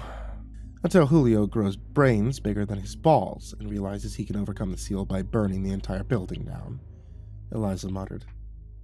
She was sitting at the edge of my bed now, her bare legs showing. I did my best not to get aroused. I felt like an adolescent, driven only by my impulses. It was embarrassing. She smiled, seeing my interest, and commented, "If I'm ever supposed to thank you properly, then we need to get out of this mess." It didn't take a rocket scientist to figure out what she meant, but I also understood there was an underlying threat laced in her words. If I couldn't save her, Julio would return, and he would finish us both off. "Well, it's not like I can just bring someone here and have you eat them," I muttered. Eliza blinked those seductive green eyes at me and pitifully asked, "Why not?" I huffed. I was a bit impulsive, but I wasn't stupid. "You murder them. And last time I checked, that was a crime." She looked at me for a long time, and then she laughed. "Surely you aren't naive, Richie. In the short time you've been my neighbor, how many men have you seen me with?" I didn't really know of a way to answer that, honestly, but before I could even think it over, she said, if these men were of any consequence, don't you think the police would have been pounding at my door? I'm selective with my meals. I choose scum, the lowest of the low, those who deserve to die and who won't be forgotten by society. What I do is not evil. It's a service to the place that I have called home for centuries. In many ways, it's like what a spider does to handle flies. I felt my mouth go dry, and I looked at my feet shamefully. But you also were going to kill me. A moment of weakness. I've been off my game. I have to eat regularly, or my more animalistic side takes over, she admitted. I swallowed a gulp of air and looked towards her. I could see that a portion of her skin was peeling against her face, and she looked away shamefully. This is also for your own safety, Richard. I was nearly ready to eat you. Without something soon, I won't be able to stop myself. Now that was enough to give me pause. I couldn't even imagine the lengths she'd go to fight these urges, but it frightened me, and it terrified me more to disobey. So despite not having a clue what I was going to do, or how, I left the apartment searching for a meal for a monster. Part of me thought that I should just leave, get in my car, drop out of college, just get out of here. But guilt, probably a bit of curiosity, kept me from doing so. Julio would be back, and would kill Eliza if she wasn't at full strength. I couldn't have that on my conscience, especially after I misjudged her feeding patterns. I know that most people reading this would think that it wasn't for her to decide who should live and die. But I was thinking, she had been around for a few millennia, so I feel like she has a better judge of character than most of us do. And besides, even in my short time here in Dallas, I had definitely seen my fair share of justice that needed to be served. I don't know. Maybe this was my way of convincing myself that I could use my new connection to Eliza as a means to an end. Either way, by the time I reached the bottom floor and I saw my apartment super, I knew exactly what I was going to do. Carl had always been a jerk to me, and today was no different. Brace! The devil are you doing wandering the lobby? You look like a stalker, he snarled. I thought of all the times he had joked and said that I was fat, or gay, or when he had flirted with married women and promised discounts to anyone who would give him sexual favors. It was disgusting. I couldn't think of a reason why such a horrid human being had escaped Eliza's wrath. There's been a leak in my bathroom that needs fixing. Your maintenance men are slower than molasses. Can you come up and get it working so I can shave? I muttered. I knew he had no way of disproving it, and since it wasn't particularly busy, he went ahead and came along for the ride. If you were half a man, you'd be able to solve these issues, he muttered, as he jingled his keys to find the right one for my power box. Let me go in first. The place is a mess, I told him. Inside, Eliza had shed more skin. Her upper body was looking more scaly and snake-like by the minute. When she saw me, I thought for sure she would attack, yet instead all she could do was hiss weakly. Food? I brought something, I admitted, as I turned towards the door and told Carl that he could come inside. What happened in the next 5 minutes is probably the most grotesque thing I've ever seen. Seeing what she had done to a lover in the dark a few days prior was nothing compared to this perverted act in broad daylight. As soon as Carl was in the room, she slithered over to him and pounced. He was shocked, confused, and I think a bit enticed by her power. I didn't want to watch him get devoured by the monster, but I found that I couldn't look away. First, she crushed his windpipe so he couldn't scream. Then, without waiting for any chance that he might escape, Eliza stretched out her body and allowed the folds of skin on the side of her bust to expand like a king cobra would. She lulled him into a false sense of security as she began to feed, digging her mouth into his shoulders and neck first. Before long, Carl looked like a disemboweled mess of a Raggedy Ann doll. One that had their stuffing pulled from them. There was blood everywhere. I was doing my best not to faint. The rest of my mind was realizing that this could have been me a few hours ago, had Julio not interrupted. Now that made me physically ill. Had the fire demon actually saved me? And if so, had I just unwittingly given my captor the power to kill me anytime she wanted to? Eliza finished Carl a few minutes later, then told me that she needed to go shed in the restroom. It was disturbing to see her crawl across the floor like a snail would, but for some reason, I still stayed. She told me it would take a few hours for the old skin to be removed, and she promised me answers as soon as she is done. I've been mesmerized by the bloodstains, and asking myself, had this really been worth it?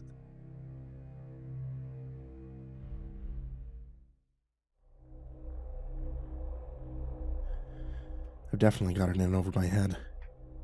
Let's start with Eliza Munoz and what she told me after she finished shedding her skin. But first off, when she left the restroom, she no longer resembled the gorgeous woman I knew.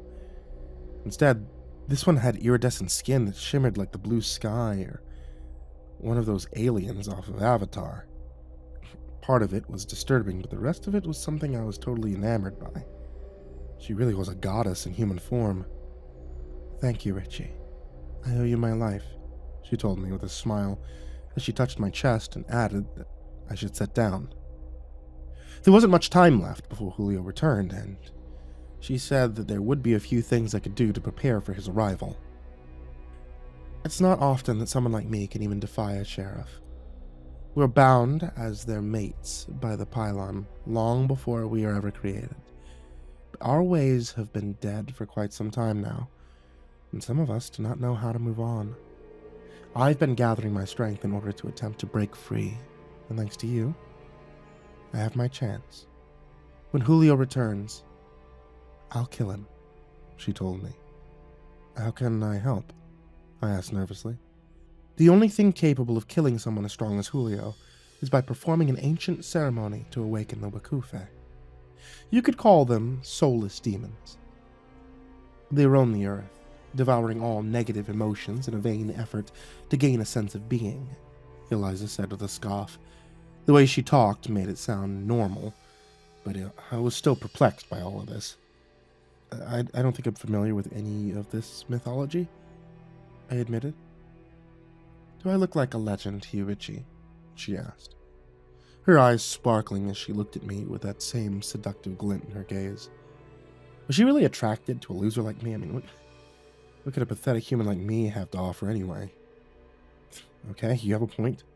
But I don't want to get this ritual wrong. I mean, it's a demon, right? What if I piss it off? I asked. I'll guide you every step of the way, she assured me. I checked the time. Julio could be back in less than an hour. It didn't feel like it'd be enough to learn the ins and outs of a complicated magical system, but Eliza had faith in me, and I didn't want to disappoint her.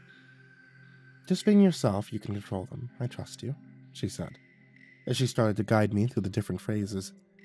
I could tell she was nervous. Would Julio return with friends to do her in? I mean, how much time did we really have? I was having a hard enough time focusing when she was in front of me. Even though she was clothed, her new heavenly body was just too much for me to handle. I wanted to touch every curve. Then, before I knew it, there was a rapping at the door. Julio had returned. I know that you're in there. I can smell your fear, he snarled. For some reason, I was feeling cocky, and I retorted back, You sure that isn't yourself, bud? Julio responded with a burst of flames onto the door. I jolted back and looked towards Eliza in concern. Do you understand how to summon the Wakufe? She asked me anxiously. I didn't like the way she was talking. Did she intend to die here if I couldn't get this working? How did she expect me to learn this strange magic so quickly? I'll give you one chance to make this right. Open the door, send that bitch to Fry, and I will spare your life, Julio told me. I was desperately trying to finish the ritual, chanting the words that Eliza had told me to say, but instead, she chose to go confront the strange fiery demon. Keep working at it, Richie. I'll hold him off, she told me. I could tell she wasn't as confident as she should be. I mean, who knew how much stronger Julio was? She opened the door, and the two legendary monsters stared down at each other. I worried that someone in the hall would see, but surprisingly there was no one else out there. Julio, you may have power over me now, but that's about to change, Eliza said with a snarl. It'd be fun to make you eat your words, the fire demon said. And then she struck, like a cobra would that was ready to devour its prey. It was hard to focus on what she told me to do when I was hearing this legendary fight right outside my door. All of Julio's body was nearly transformed into molten lava, his mouth spewing fire as Eliza tried to wrap herself around him. The heat had to be intense, because I could feel it from within my apartment. I did the ritual again, this time for real. Couldn't afford to practice anymore, drawing the strange sigil on my floor and then waiting for something to happen. That was the most nerve-wracking experience ever. I could hear Eliza struggling to hold Julio down, her skin starting to melt. Every moment was torture for her. And then there was a response from the air around me. Something that looked like a will-o-wisp swarmed the room. At first it was gentle and soft, twirling around my body like a brisk wind, and then it became angry, unstable and fierce. It moved towards the two in conflict and shrieked its nameless fury. The sound of its arrival was enough for Julio to give pause. Then the spirit attacked. I've seen a lot of strange things in my few days with Eliza, but this bizarre demon disintegrating before my eyes, it was the most disturbing of all. Julio let go of her and stumbled backwards, aimlessly trying to stop the shapeless entity. Then it began to make his body temperature increase dramatically. His own body cracked and crumbled. He screamed in a language I hardly understood and shot a few bursts of flames towards Eliza. But it was too late. Somehow I successfully stopped this brute. As his body collapsed into itself, the spirit twirled back up in the air and looked towards Eliza next. Did it plan to kill her as well? I mean, as stupid as it sounds, I ran up to block its path. The ghost ran straight through me like a bolt of lightning. It took Eliza's breath away, and she fell to her knees, gagging as she felt it destroy her own life force. And then the spirit was gone, whisking away towards the sky. Oh, no, I said as I fell to her side and tried to keep her from fading. It's all right, Witchy. It's all right. It's what I wanted to have happen. At least I can pass on and join my ancestors. I can be free of beasts like Julio forever, she said, as she touched my face softly. I didn't think I'd ever have a chance with her, but she pulled me close. She gave me a warm kiss. I owe you more than that, but circumstances don't allow, she admitted. I smiled and I brushed her hair back. It was a pleasure meeting you, I told her. Maybe we can meet again in the next life, she suggested. And then her body started to transform into ash. She gripped my hand, gasping for breath to the very end. And then she was gone. And I was alone, staring at the ash as it drifted down the hall. I like to think I learned a few things from my horrific experience with Eliza. I mean, the world's a lot more complicated and intricate than I ever knew. And I think she actually taught me how to stand up for myself. I've been thinking I can't blame anyone except for myself for my dating problems. And I should put myself out there. And that's what I'm going to do. I don't know if that means I'll ever meet a woman as intriguing as her again. But, I mean, life's too short to not at least try.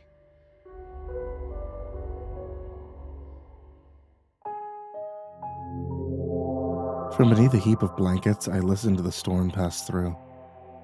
The forest groaned in the wind. Hail rattled against the wood plank roof, and my mother huddled against me, telling me a fairy tale that I already knew by heart. Once upon a time, there lived a brave queen and her son, the handsome young prince. They lived in a cabin deep in the woods because the brave queen had a terrible secret. The young prince's father was secretly a terrible demon. He could fool the rest of the world, but not the brave queen.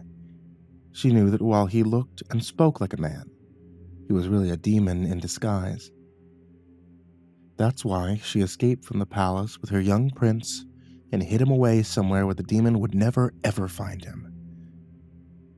What did the demon look like? I always asked, even though I was terrified, as I was fascinated by the answer that was coming. Well, my mother began, her pause filled by a peal of thunder. His skin is as gray and rotten as an old dead tree. He has 6 fingers on each hand, and his nails are as sharp as hawthorn needles. His smile is as wide as a grinning deer's skulls, and when he opens his mouth, it's big enough to swallow a little boy whole. But nobody else can see it. To them, the demon is another person, just like you or me. He's very clever, and it wasn't easy for the brave queen and her handsome prince to get away. The demon hired wicked men to follow them, and the brave queen and her handsome young prince had to give up all the luxuries they had used to have in their palace. Several times they were nearly caught. When that happened, they had to run away and leave everything behind. It wasn't easy, but the brave queen would have done anything in the world to be with her handsome young prince. The battering wind and rain were so loud I could barely hear my mother's voice. But it didn't matter. I could feel her warmth. I snuggled against her, and I fell asleep. I saw the demon for the first time the next morning. Or at least I thought I did. My mother and I were collecting mushrooms by the creek when the hair on the back of my neck suddenly stood on end. I was being watched. I could feel it. I looked frantically around for my mother, but she turned her back to me for a moment as she foraged. And normally, she'd never let me out of her sight. How long had the demon been stalking us, just waiting for an opportunity like this? A twig snapped. I spun around to see a black, vaguely humanoid shape moving towards me through the woods. I ran to my mother, too terrified of the thing behind me to even scream, grasping immediately that something was wrong. My mother abandoned her mushrooms, scooped me into her arms, and ran for the safety of our cabin. No demon came crashing through our door, but when we returned to the creek a few hours later, the mushrooms and basket were gone. My mother had always carried a pistol in her belt, but after that, she kept it drawn in her hand. As dusk settled in the forest, she burst into the clearing that surrounded our cabin, searching for any sign of the demon. A gunshot reverberated amongst the endless trees. "Come out, you bastard!" my mother screamed. "You might want him, but you'll never have him." It was then that I heard a second set of footprints, fast approaching the cabin. There was no time to close it or to warn my mother. I pressed myself against the wall and shut my eyes instead. Seconds later, a small, square something flew through the cabin window. It was a picture. It showed my mother and I smiling with a man who looked like me. On the back, strange symbols had been scribbled with black ink. I peeked out the empty window into the gloomy woods. Whoever had thrown it through the window, they were long gone.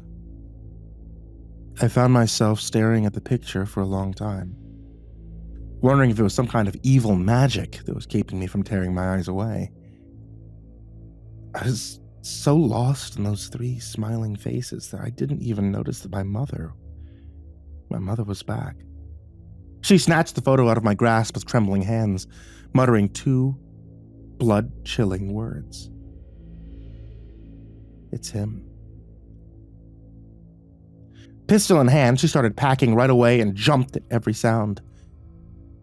Once everything we'd taken had been packed into her ancient, rumbling Chevy truck, she splashed gasoline through every room of the cabin and struck a match. Before we drove away, she threw the photo into the blaze.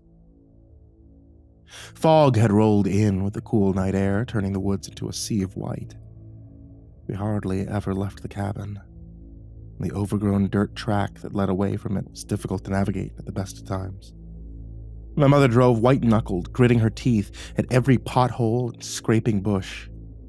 To me, their thorns sounded like the claws of the demon. With a sudden boom, the steering wheel went slack. My mother braked frantically, and when I saw the whites of her terrified eyes, I knew that we were thinking the same thing. Both tires bursting had been no accident. Something flew out of the fog and crashed into the driver's side window, creating a spiderweb pattern crack. My mother shrieked, covering her face against the glass as something else shattered it. Hands reached to the shattering glass. They pinned my mother's arm to her side as she fired her pistol wildly. In the cramped space, the sound was deafening. I shut my eyes and covered my ears, waiting for the nightmare to be over. Instead, my mother was dragged out of the window into the darkness. No matter how tightly I pressed my hands over my ears, I could still hear her scream.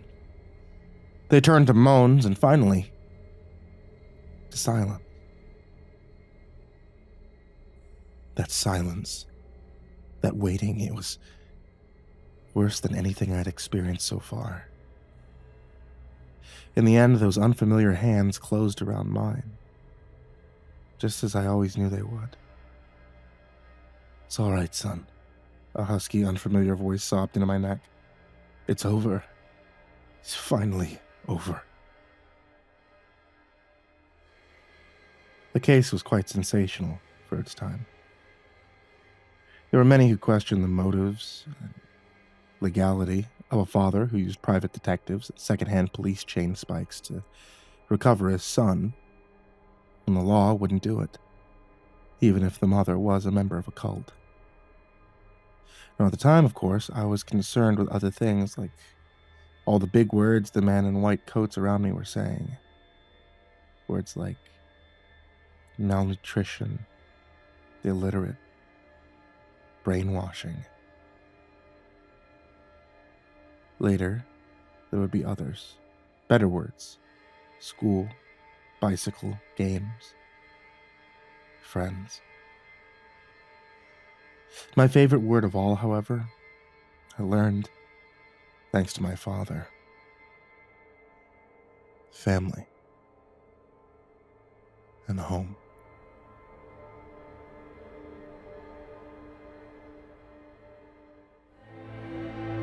This will, of course, sound crazy, and I won't blame you if you think I'm deranged, but I promise you, everything I'm about to say is true.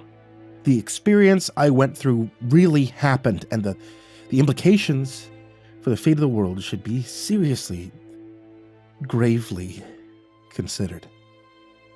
I'm not even sure if there's a point to posting this. I mean, who knows if anyone will actually read it, or if there's anything that can be done about it.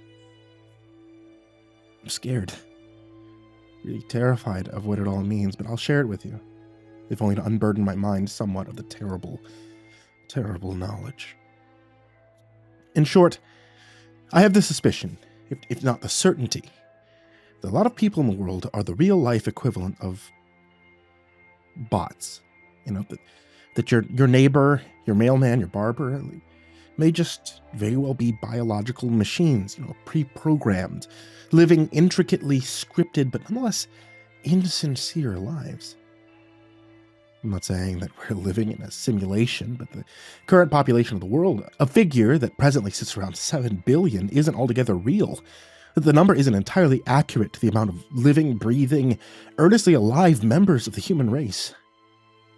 Much like a phone comes pre-installed with bloatware, hogging precious storage space, I think our planet's population has been falsified. I believe the number of naturally born humans is much smaller than 7 billion. Maybe, and this may be generous, it's just around half that. Why do I believe this? Because I recently had an experience that can't be explained. Can't reconcile with what I've been shown and told about how people behave, think, and exist, both within my own nation and culture and elsewhere. Earlier today, while waiting in line for coffee at a shop not far from my apartment, I happened to see a fairly attractive and smartly dressed person walking through the shop's front door. I saw them holding their phone in their hands up and a little away, obviously filming themselves for social media.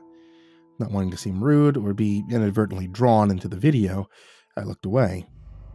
The line moved on. I eventually grabbed my order and sat at a table, where I began reading a book that I had bought earlier.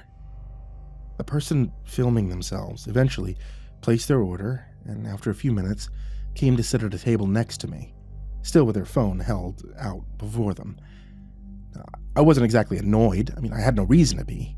They weren't talking loudly or interrupting anyone, but there was something unsettling about their behavior. There was something unnatural. Not just in the sense of walking around filming yourself. It's been contemporarily natural to do that for a while, but in the way that they were doing it. Their behavior was very showy, almost theatrical. The way they were tilting their head, sipping their coffee, smiling, laughing. It was also uncanny. Halfway through my coffee, I spilled a little on my table.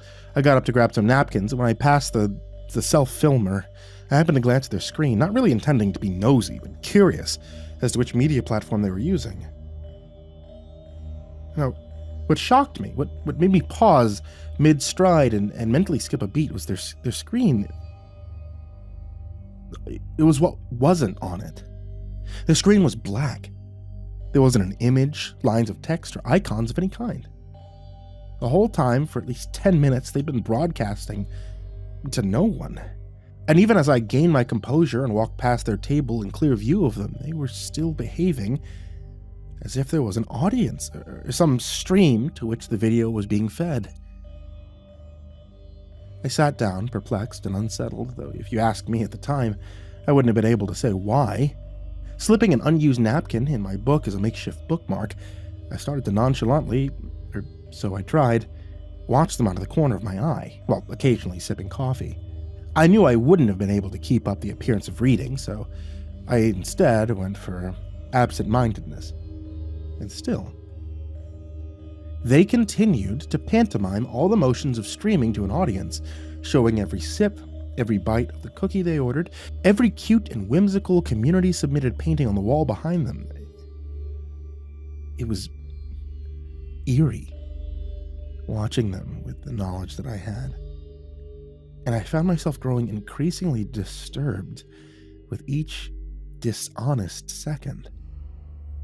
Finally, I became so unreasonably creeped out by the disingenuous display that I leaned over and with feigned politeness asked them what their username was, saying that I thought I'd seen them online before. In a gesture of maddening dishonesty, they held up their finger to the phone camera as if to say 1 second and then leaned towards me.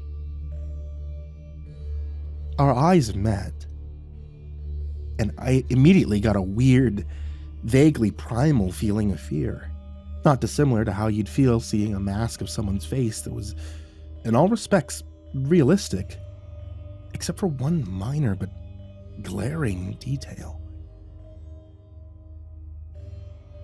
Just as I was about to repeat my question, thinking that perhaps they hadn't heard me, they took a deep breath, smiled, and then said, "You know the one, right?"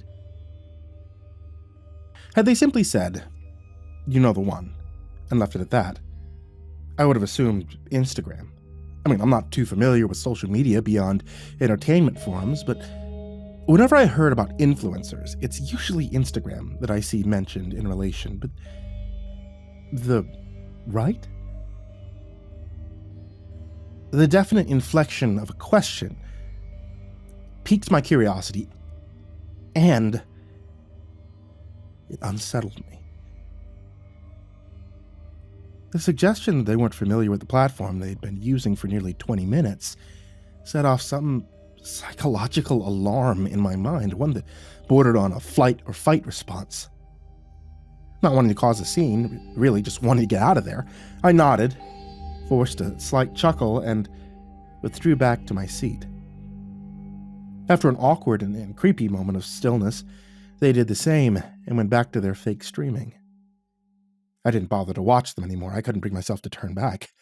After a few more minutes, during which I tried and failed to recapture the interest that I had in my book, I got up, threw my trash away, and I left. As I walked home, I replayed the weird encounter in my head, and in doing so only served to further frighten myself. There had been something so inexpressibly off about the person, and I wanted to see if I could find anyone else like that. Anyone who, for whatever reason, wasn't actually doing the activity they presented themselves as doing. I walked around town for a while, aimlessly, trying to spot people superficially engaged in some activity. I saw countless people on their phones, and tried, with as much grace and stealth as possible, to see whether or not they were actually doing anything on them. And not all of them were. That's right, I caught several people, 6 or 7 in a sample of dozens, who weren't actually texting, browsing feeds, or talking to people. Their screens were black, not merely dimmed or locked, but blank, devoid of interface and activity. Their fingers flicked and tapped, their faces smiled and grimaced, all prompted by, or in response to, nothing.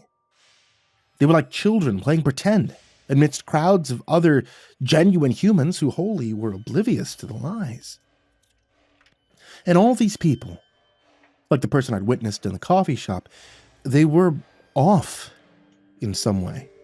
Not outwardly creepy, but subtly, almost imperceptibly uncanny in their behaviors and expressions. Some displayed movements that were too practiced, devoid of any variation or style or personal touch. Others were on the opposite end of the spectrum, too uncontrolled, too lax, jittery, uncoordinated. Most people within a community adapt some basic standard of behavior they exhibit, at least in public. The learned mannerisms and motions of a society, but none of the aforementioned people fell into this common behavioral middle ground. They were so different in ways that you wouldn't notice unless you had consciously taken note of the behavior sometime before and then endeavored to seek out and study it. I didn't confront any of these people. I was too creeped out, and honestly, too fearful to even think to approach them. I watched, observed, and eventually recoiled away from every single one. There was no specific race or age. Their races, sexes, fashion sense, and ages varied. But they all had in common that strangeness about them, that once you noticed it, unmistakable uncanniness. Had that been the end of things, I probably would have gone home and forced myself to forget about it. Watched some dumb TV, ate junk food, but when I began making my way home, after having spent nearly an hour looking for these behaviors, I found myself face to face with another one. With my roommate. They approached, said they'd been waiting for me for nearly an hour, and I then remembered that I had asked if they'd like to go see a movie with me after I grabbed some coffee. In my odd experience and subsequent amateur investigation, I'd forgotten all about the plan. I apologized. I gave the admittedly lame excuse that the coffee shop had been out of milk, even though I got my coffee black. So they forgave me and asked if I'd still like to go and catch a later showing. But even as they smiled and playfully nudged me, I saw in their face that same uncanniness, but now unmistakable falseness of physiognomy. To test them to see if they'd actually perform an activity or simply be fed the information by someone or something, I asked them to look up showtimes. Now, by this point, my heart was racing, so to both appear casual and settle myself down, I got out my own phone and started randomly flicking through menus. They asked if I had a preference for time, and I said no, then casually walked beside them. I angled my phone so that I could get a video of their screen whilst not looking like I was trying to film them. A few seconds passed, and they then pocketed their phone and told me they'd booked seats for us. I thanked them, and we went on our way. I started a conversation, something about our personal lives, and then casually checked the video I'd taken on my phone. When it finished, I watched it twice more. And then, with my blood chilling in my veins, suddenly blurted out, "Shit, I have to go," and turned around. In a way, it was a genuine statement. I wouldn't have been able to continue walking alongside them after having seen the video. In the video, their phone screen was blank. They hadn't looked up any movie times. Somehow they'd acquired the information, or they just entirely lied about it. They didn't say anything at first, and I didn't look back. I didn't want to see them feign surprise. But just before I could round the corner, I heard them call out, "Okay, I'll meet you at the theater. You know the one, right?" And the exact same questioning inflection that the person in the coffee shop had used. I've moved out of the apartment. I didn't give a reason. I just packed up my belongings, called a close friend, one who thankfully doesn't exhibit any of the odd behaviors beyond the usual quirks of an early millennial, and paid them a few bucks to help me move things in a hurry. I've since seen a handful more of them. Those fake or unexplainably scripted people. There's something going on, or maybe it's always been like this. Maybe since the beginning of mankind, they've just been genuine people, but also performers, mimics, doppelgangers, space fillers, human bloatware. I don't think the internet is the only thing that's filled with bots.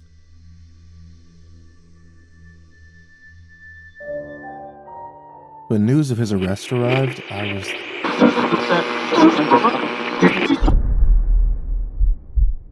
Attention. Sending out for anyone who can hear this. October 27th and 28th. It's not dead. I repeat, it's still alive. October 27th and 28th. Calling to all VR chat and VR communities. The submissions are opening. Project HorrorCon is coming. I repeat, Project HorrorCon is coming. You don't want to miss it. Sending out for anyone who can hear this. You don't want to miss it. There's more news on their Discord. I'm attaching it now. Good luck.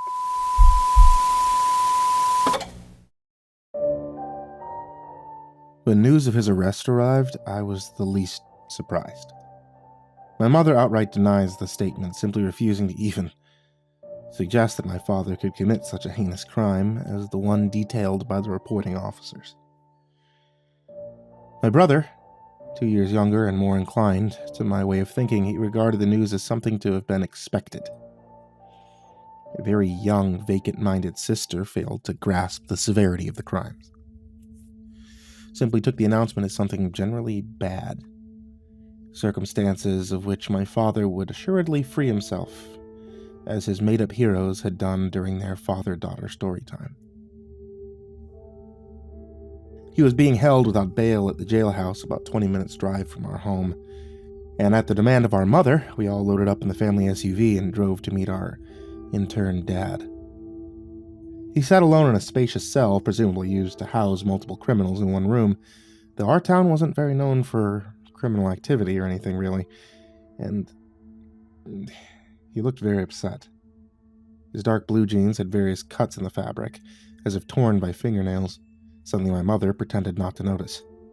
His black sweater had at some point been spattered by something, and since I didn't remember him leaving the home that morning with any stains, I assumed they were obtained during his alleged criminal act. His skin, which had been almost orange from the unyielding summer sun, was now unbelievably pale, as if he'd been dipped in white paint and left to dry somewhere cold and lightless. Black hair, previously combed back, now sat in a downward felled mess, covering his forehead and his right eye. He didn't seem to mind the obstruction of vision. The officer who had led us to his cell said that we had 10 minutes to speak with our father, and that due to the nature of my father's crime, he would have to remain in the corridor to supervise. We didn't have a family lawyer, never needed one, and the suggestion of an attorney's presence was either unheard or ignored by my distraught mother. My sister, finally realizing the realness of the situation, ran to my father and hugged him. He didn't seem to notice her embrace nor our gathering in the room. He just stared at the floor, eyes set deep in his face, encircled by darkness born of tiredness or fright, while his mouth hung open and breathless. That's what unnerved me most. In the large, quiet room where in any other city several prisoners would have been held, but in this one only our father resided, you could hear even the smallest sound. I heard my mother's unstable, ragged breathing, my brother's deep, self-calming respiration, and my sister's heavy gulps of air between her sobs. My own breathing was as steady as I could keep it, but no exhalation could be heard from my father. He just sat there, as motionless as a cadaver, staring into oblivion, or gazing upon some remembered horror. When it became obvious that my father would not respond to our questions, of which there were many, even from myself and my brother, we left him alone and returned to the officer who escorted us upstairs into the lobby of the station. In another city, the building would have seemed underfunded, the officers ill-equipped to handle even a slow day's worth of crime, but in our town, the police openly expressed themselves to be bored out of their minds. Some even jokingly wished for an uptick in crime, but I highly doubt the charges laid against my father were what those sentinels of peace had in mind.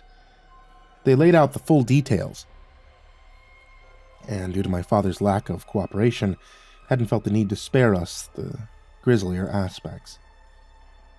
They were furious with him, absolutely disgusted by what had transpired, and I realized that the suggestion of lawyering up was merely an admonishment of formality. They wanted my father locked up or perhaps even dead. When all had been said and my mother had been given time to process what she had been told, we drove home in silence. During the ride, my sister stared out the window and pointed at random objects, mouthing imperceptible things to herself. A child's mind wouldn't be able to fathom what she overheard during our briefing at the station. My brother stared down at his hands, which rested palm down on his thighs, his face hard, unmoving. He was old enough to comprehend the things suggested, implied, and fully revealed. I couldn't see my mother's face, but I'm sure it was a similar visage to my brother's, though probably masked to some degree by what she thought was a comforting everything will be all right smile. My face was blank. I didn't need to come to terms with anything, and I had no difficulty in believing that my father could commit the atrocities of which he'd been accused. I was aware of my father's predilection towards violence. 6 days ago, a girl had gone missing. Her name was Kelly. She was 13 years old. We're the same age. The local news reported that she had wandered off from her short walk to school with friends after something in the woods caught her attention. The two girls with whom she had been walking did not follow her, even called out to her to return to the sidewalk, but she ignored them. They ran to the school and told the staff, who ran into the woods, and when they could not find her, they called the police, who dispatched several officers to assist in the search. After an hour with no success, the town was alerted to the situation, and a full search party was convened and dispersed throughout the woods and the outlying neighborhoods. Today, after yet another unsuccessful morning search, a man walked into the police station holding a large bag. The man knelt in the lobby of the station, cradling the bag, eyes fixated on nothing in particular, but aimed at the general direction of the officers. They approached the man, asked what he held, and when he didn't respond, they opened it. Their reactions were what you expected them to be. After the immediate shock wore off, they issued somber pats to the back of my father, who still had not spoken. They initially thought that in some gravely fortuitous lone man search, he had recovered the body of the missing girl. But it was only when an officer noticed my father's hands and torn jeans. The atmosphere of the room dramatically shifted. Guns were raised and leveled at my father. Orders were barked aloud and into radios. And the gloom-befallen room was thrown into chaos. My father had, a tale reconstructed to the best accuracy possible given the evidence, abducted the girl during her sojourn into the woods, bisected her at the hip, hidden the lower half, and returned the upper portion to the station. The lower half, which was found in the rarely unused freezer we keep in our basement, had been preserved for a hideous purpose. Apparently the girl had been slain on the last day of her abduction, and my father had spent the previous few days behaving as if he had not been holding her captive somewhere. Where? We never found out. Why he kept her for so long before committing his secondary crime? We don't know. Some people believe the whole thing was some prolonged episode of insanity, making the largely uneducated assumption that years of heavy drinking had warped his mind, while others think it was the first of what would have been many murders, born of some genetic predisposition to savagery.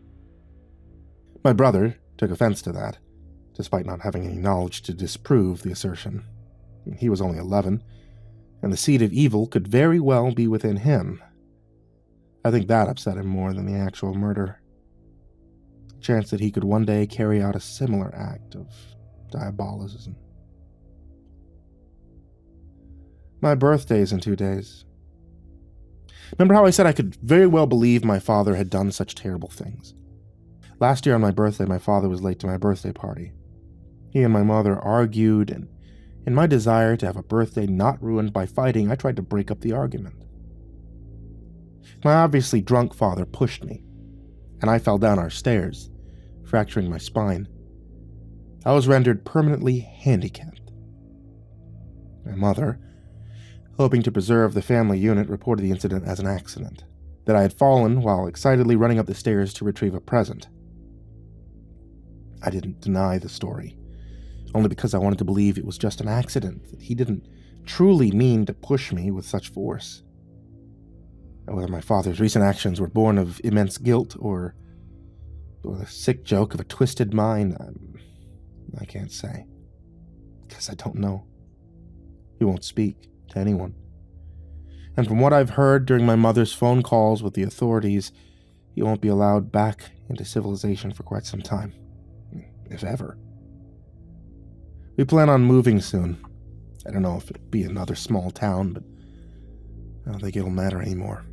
Even the smallest, most remote place can have crimes as awful as those in any big city.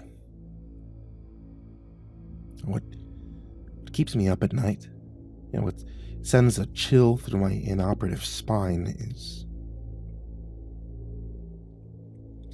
it's the note that was attached to one of the poor girl's legs. It read, "I'm sorry for what happened last year. Please forgive me. I got you some new legs. Just your size. I know they're not exactly the same. Hers are a bit less toned, but it was the best I could do. I mean, she just stumbled into the woods while I was on my walk. I didn't even call out to her or anything. I hadn't thought of what to get you for your birthday that could make up for what I did last year, and those legs, I just knew they'd be perfect for you. Please, Melissa, please. Understand? From Dad."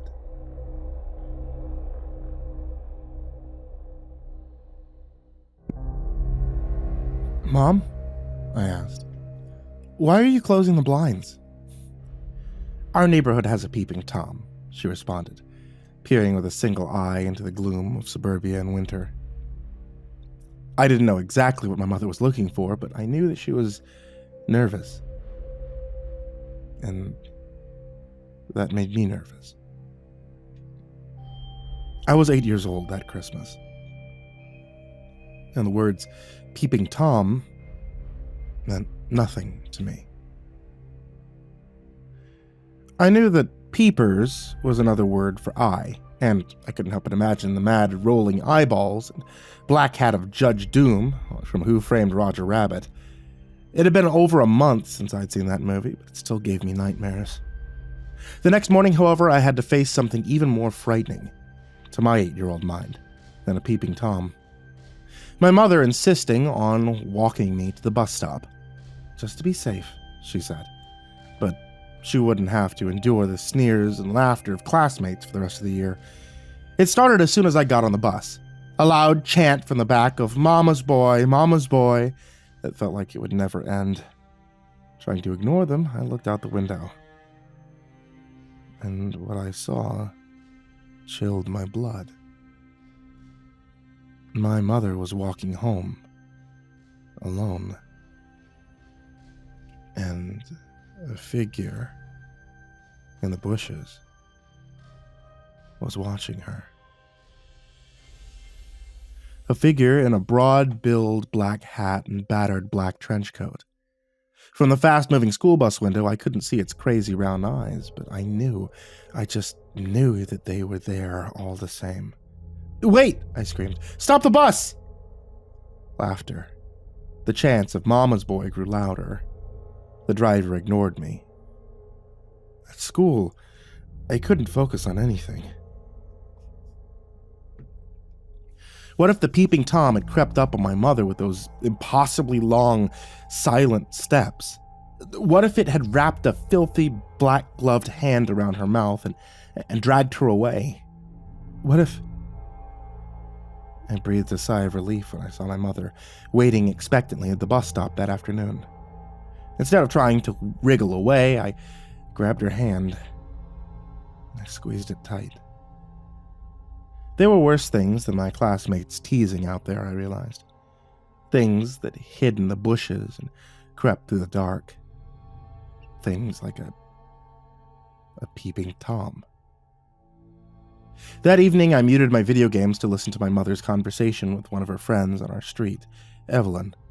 Apparently, Evelyn had come out of the shower to find a man in a black hat and trench coat rummaging through her drawers. Why anyone would want to steal dumb girls' clothes was beyond me, but Evelyn sure seemed to be plenty scared about it. Although, if the peeping Tom was anything like what I imagined, I would have been too. My mother invited Evelyn to stay the night with us.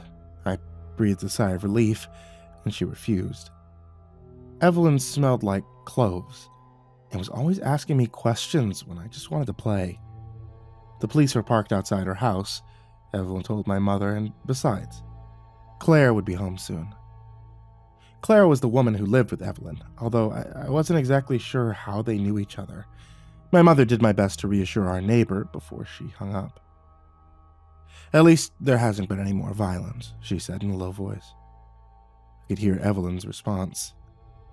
It sounded like she was shushing my mother, hurrying to get off the line. My mother's words were far from comforting. How did she know that this peeping Tom hadn't hit a bunch of dead bodies in the woods by the park? Maybe following people and breaking into their houses was just the beginning. Maybe the peeping Tom was just getting warmed up. And why had she said any more violence? Had this sort of thing happened before? Was it just something normal adults had to deal with? At 8 years old, I had no idea. I closed my curtains that night, just to be safe, as my mother had said. But that didn't make it any easier to sleep. Especially once I heard that fleshy, squelching noise against the glass. It sounded awful lot like a tongue. I sat up in bed and whatever was out there began to scrape long fingernails on the glass. "Mom?" I whispered. The noises grew louder, frantic and hungry. Any minute now, it would break through. "Mom!" I screamed. As my mother rustled out of bed, running footsteps across the roof. The noises grew louder, frantic and hungry.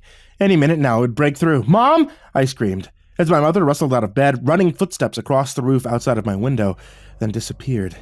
My mother saw me pointing at the curtains and yanked them back, baseball bat at the ready. But there was nothing outside but darkness.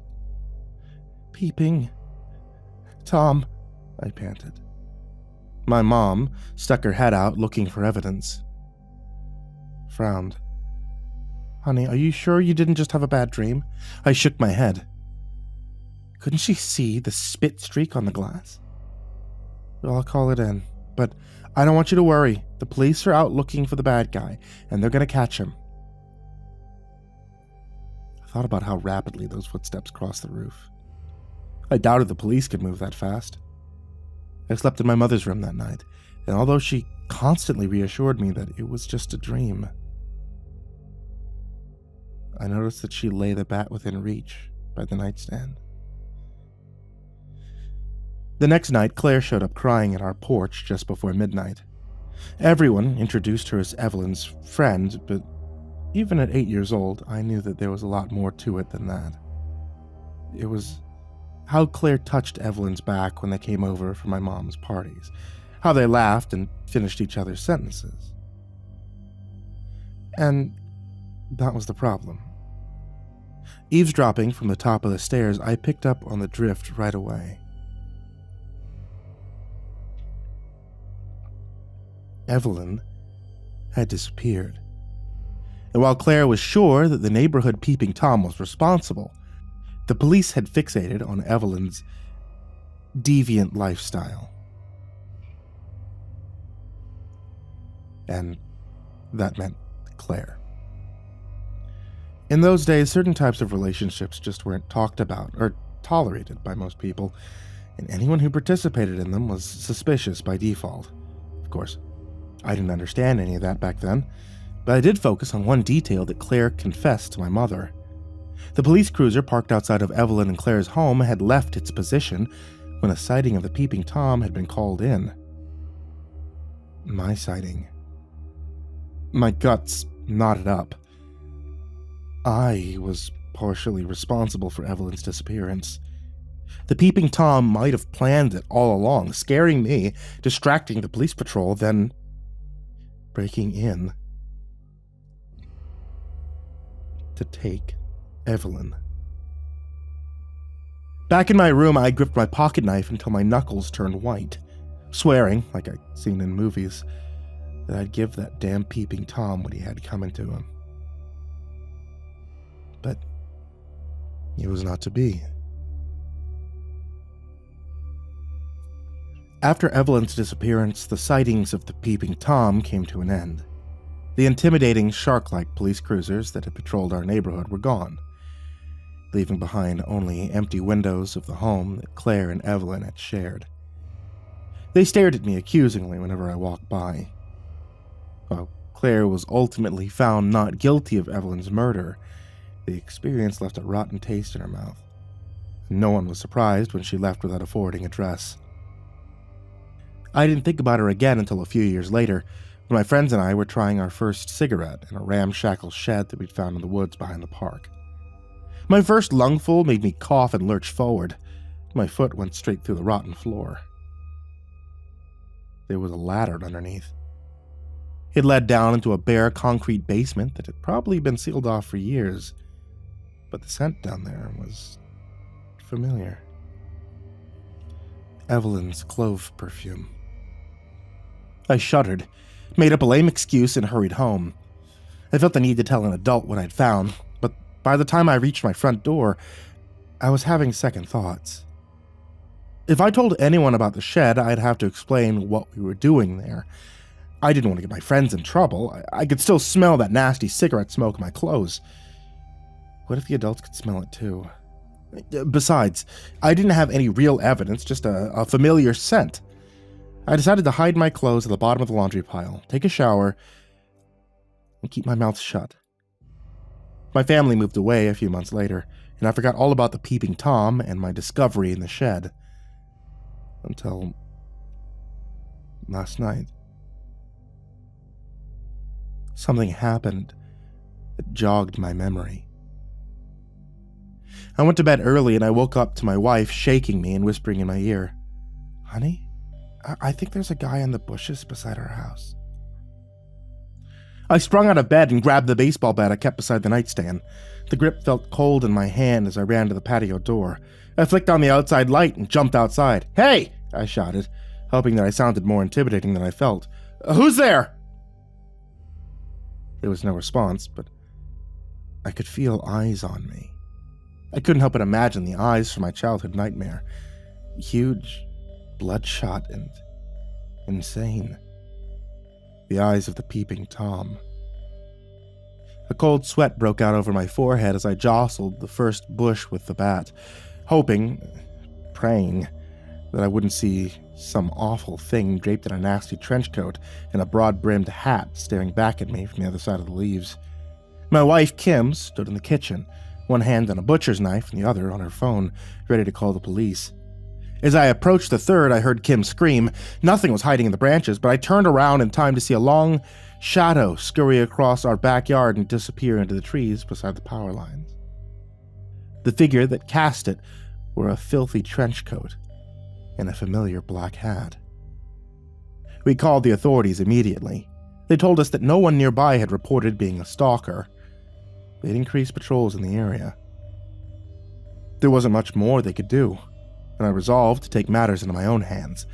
What disturbed me the most was that the peeping Tom I'd seen had looked identical to the one from my childhood nightmares, and it shouldn't have been possible. And yet, spurred on by my disquieting memories, I did something I'd promised myself I'd never do. I started searching my childhood neighborhoods on social media. Kim was snoring softly in the bedroom beside my office. The doors were locked and I had my trusty bat beside my desk, but none of it made me feel any more secure in light of the new information I uncovered. It seemed that almost all of my childhood friends had ordinary lives, some heartbreaks, some joy, sprinkling of drama, the occasional run-in with the police, drug addiction, or wildly successful career. For almost all of them, the stories were nearly the same.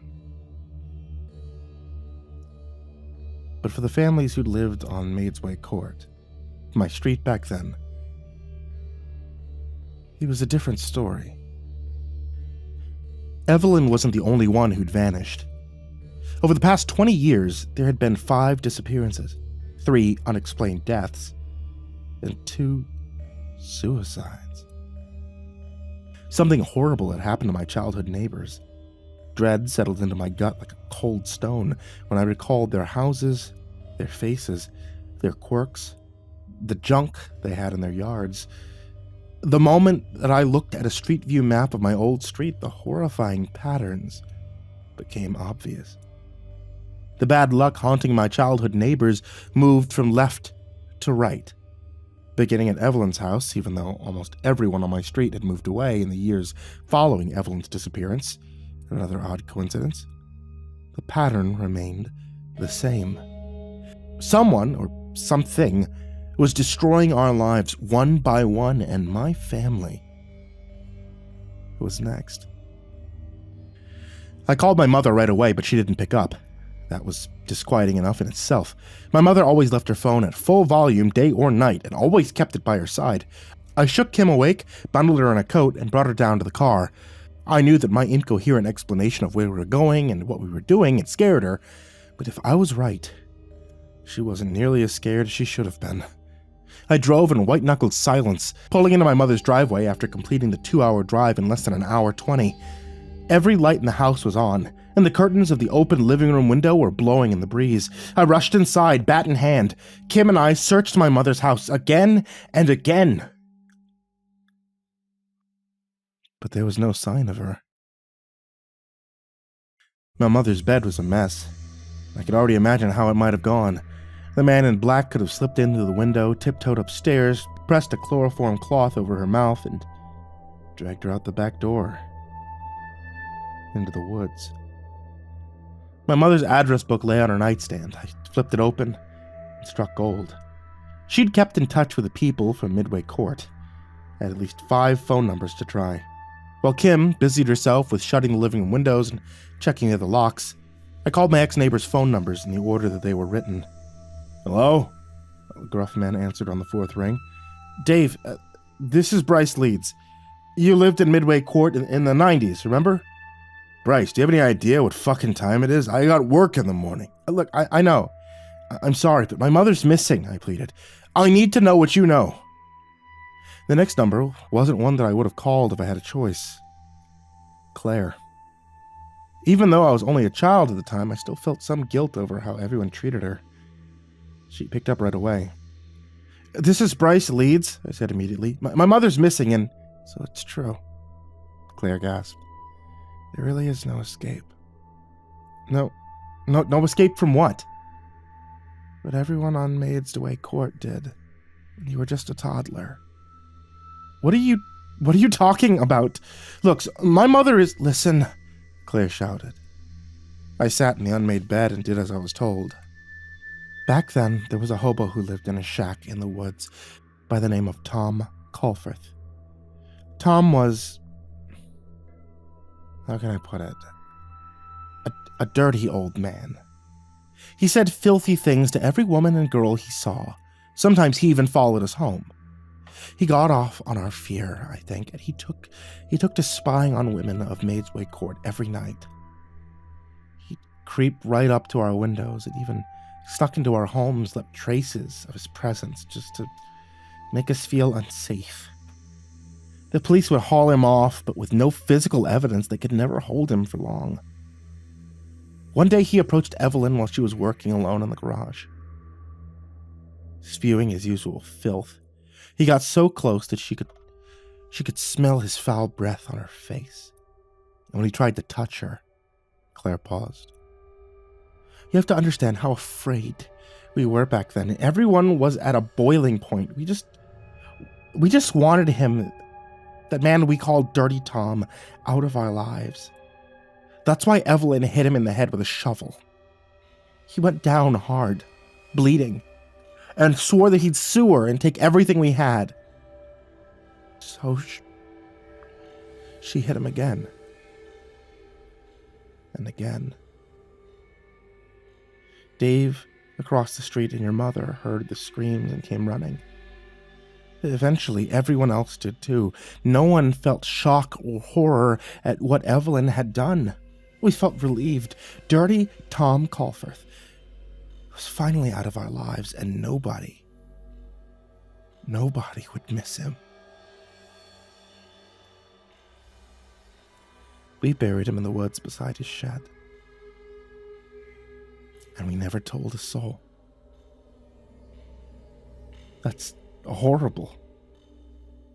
But what does it have to do with my mother going missing? Don't you get it? Dirty Tom isn't resting peacefully. He's getting his revenge, hurting our families one by one. The front door downstairs opened. It was Kim. I sprung to my feet, grabbed my bat, and ran into the hallway. My mother was coming in the door. She jumped when she saw me. Bryce! What are you doing here? I just got a call from the hospital saying you were in the ER, but when I drove there, did you see Kim on your way in? I grabbed my mother's shoulders. No, should I have? She sounded puzzled. What's going on? Get in the car. I'm gonna pay a visit to Tom Culfrith. My mother's jaw dropped.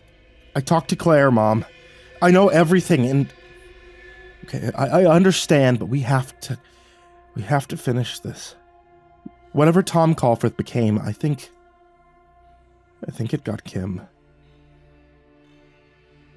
The sky was brightening when he pulled into the empty parking lot of my childhood park 2 hours later, but the thick fog made everything gray.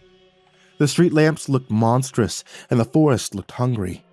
We couldn't see more than 5 feet away. Every sound in the forest made us jump.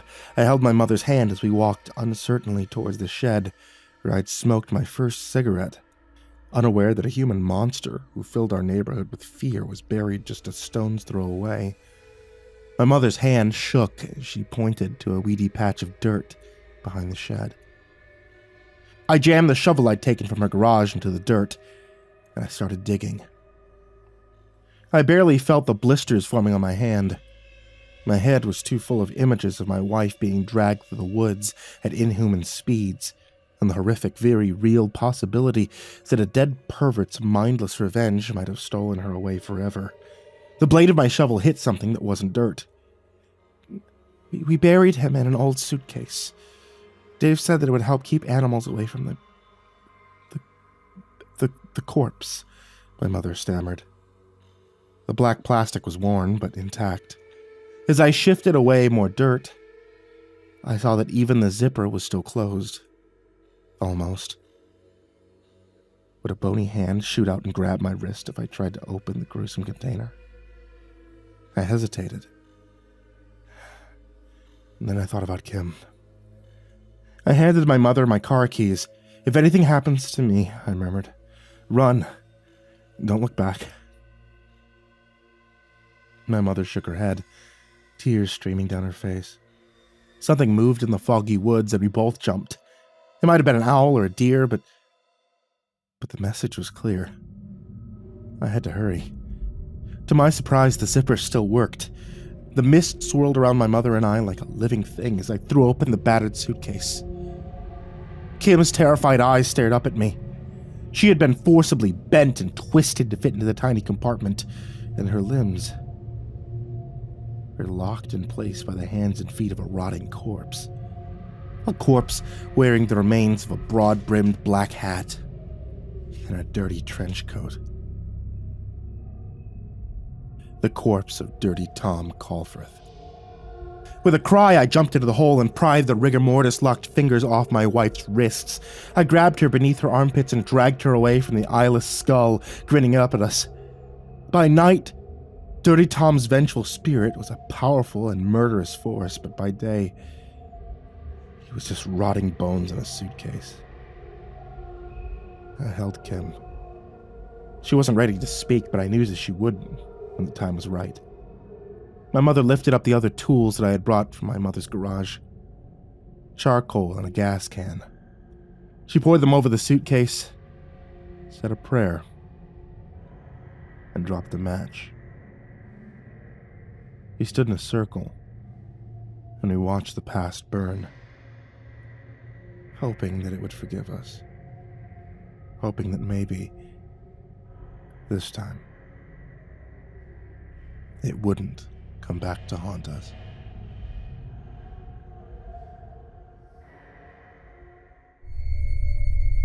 One Saturday morning when I was 2 years old, I woke up hungrier than I'd ever been.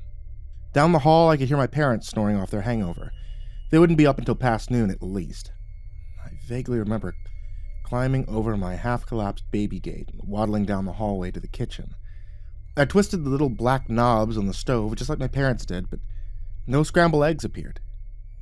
Instead, the stove made a mean hissing noise, and the kitchen filled with a nasty smell that I didn't like at all. The smell kept getting worse and worse, and I had a feeling that I'd get into the worst trouble of my life if my parents found out. I went back to my room to play with my blocks, hoping that the problem would just magically go away. 5 minutes later, there was a loud knock on the door. My parents grumbled all those 4-letter words that they'd told me never to say, and then I heard my mother sniffing. She said the house smelled like gas, whatever that meant. My father staggered out of the bedroom with his jeans and shirt half on, then yelped when he reached the kitchen. Windows and doors flew open. I crept downstairs to see what was going on. "How'd you know?" my father said breathlessly to the shadowy figure on our front doorstep. "No." The kindly female voice sounded confused. "Know what?" "I'm Eliza Mortimer from the end of the block. I was just dropping off these cookies that I baked to welcome you to the neighborhood." Coincidence or not, Eliza Mortimer had saved our lives. And not for the last time. 2 years later came the first of many plate-shattering, furniture-breaking, screaming matches between our parents. I was crouching down in the closet with my hands pressed over my ears, but the sharp knock sounded as loud as someone rapping on my own skull. I tiptoed out of hiding and opened the door. "Hello, young man. I'm Eliza Mortimer, from the end of the block. I'm in a bit of a pickle, and I could use your help." The woman on the doorstep was short, and stocky, with frizzy brown hair, bright green eyes, and round frame glasses.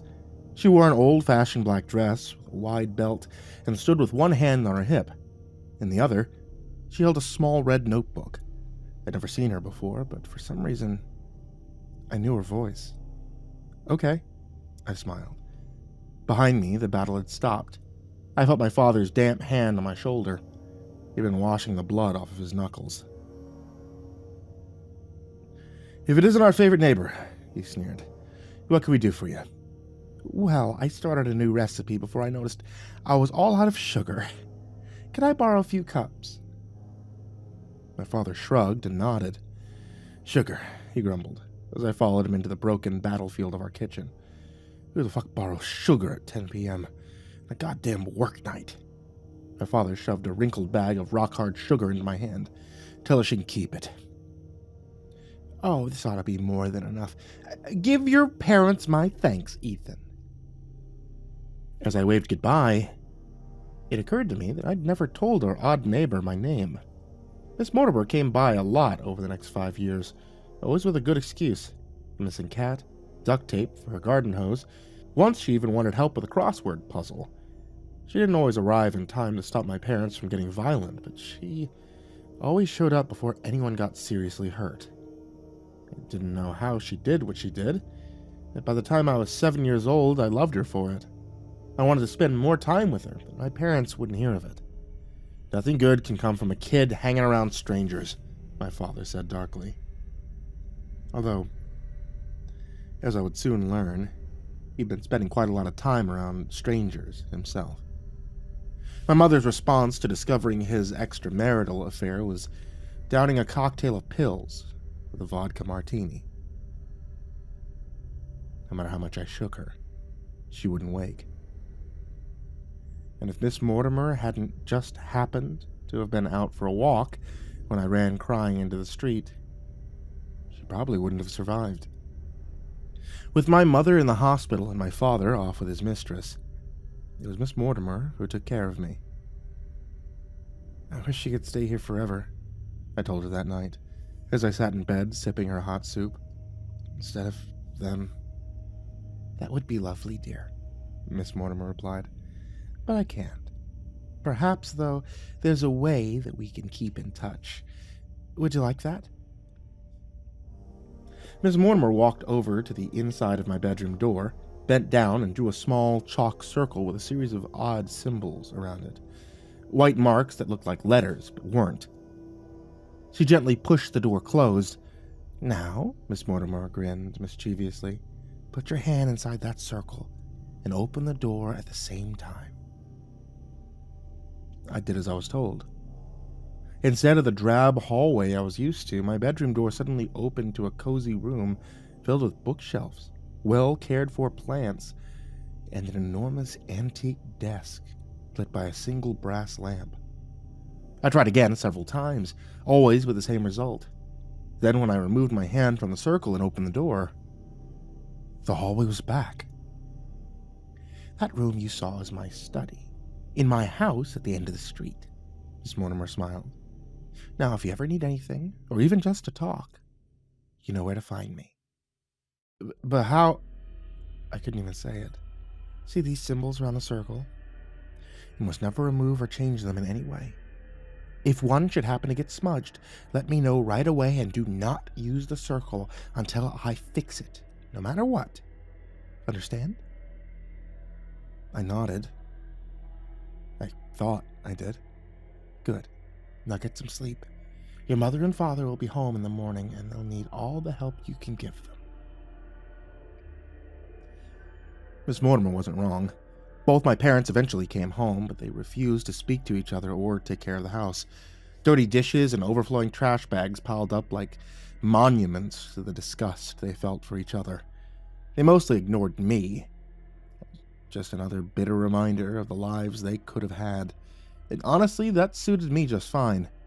I stayed out of the house as much as possible, reading in the local library, playing in the cul-de-sac with other neighbor kids until the streetlights came on, and visiting Miss Mortimer.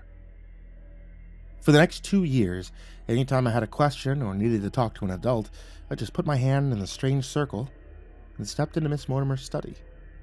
She was always ready to feed me something delicious, listen to my childish problems, or even just give me a clean space to draw. As far as I was concerned, stretching out on her big Turkish carpet with my sketch pad and a cup of tea, this is the best feeling in the world. With my trusty crayon in hand, I'd try to recreate the unsettling images that I found in Miss Mortimer's old books.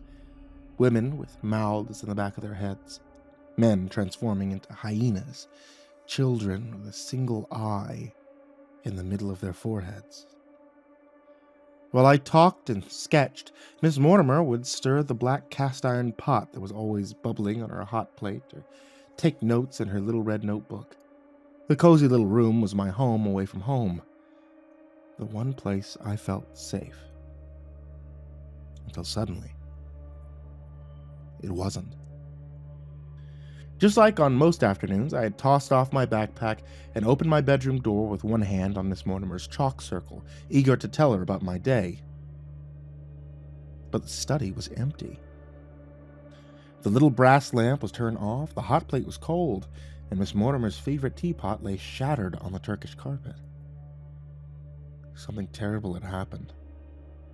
I could feel it. Before I could investigate further, however, I glanced through the open door behind me and saw a sight that frightened me more than any of the monsters in Miss Mortimer's old books. My mother was rooting around in my bedroom. "Where'd you come from?" she slurred, as I appeared suddenly behind the door. "What are you hiding back there?" I could smell the booze on her breath from 3 feet away. My eyes darted at Miss Mortimer's circle, betraying me. To my horror, my mother picked up a pair of gym shorts from the floor and began to wipe the chalky symbols away. "It's not enough that I bust my ass every day to pay for this stupid fucking house, is it? No, you go and draw all over it. Ungrateful, that's what you are, just like your deadbeat father." "Stop!" I shouted, but I couldn't push past her in time. My path to Miss Mortimer's study had been completely wiped away. "Don't you dare talk back to me, mister. Now listen, I ordered us a pizza. We're gonna have dinner like a normal goddamn family tonight, understand? I've had enough of you skulking around up here." As she dragged me by the collar to the kitchen, all I could think about was the gloom in Miss Mortimer's study and the broken teapot on its rug. One way or another, I had to get back there. After my mother stomped off to bed alone and my father passed out on the couch, I snuck out into the oily darkness of the garage and fumbled around until I found a tin can full of sidewalk chalk.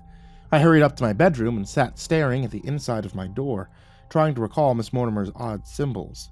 There had been one that looked like a tree with no leaves, 2 that were more like crow's footprints, a 4th with the appearance of a heart stabbed through with a spear.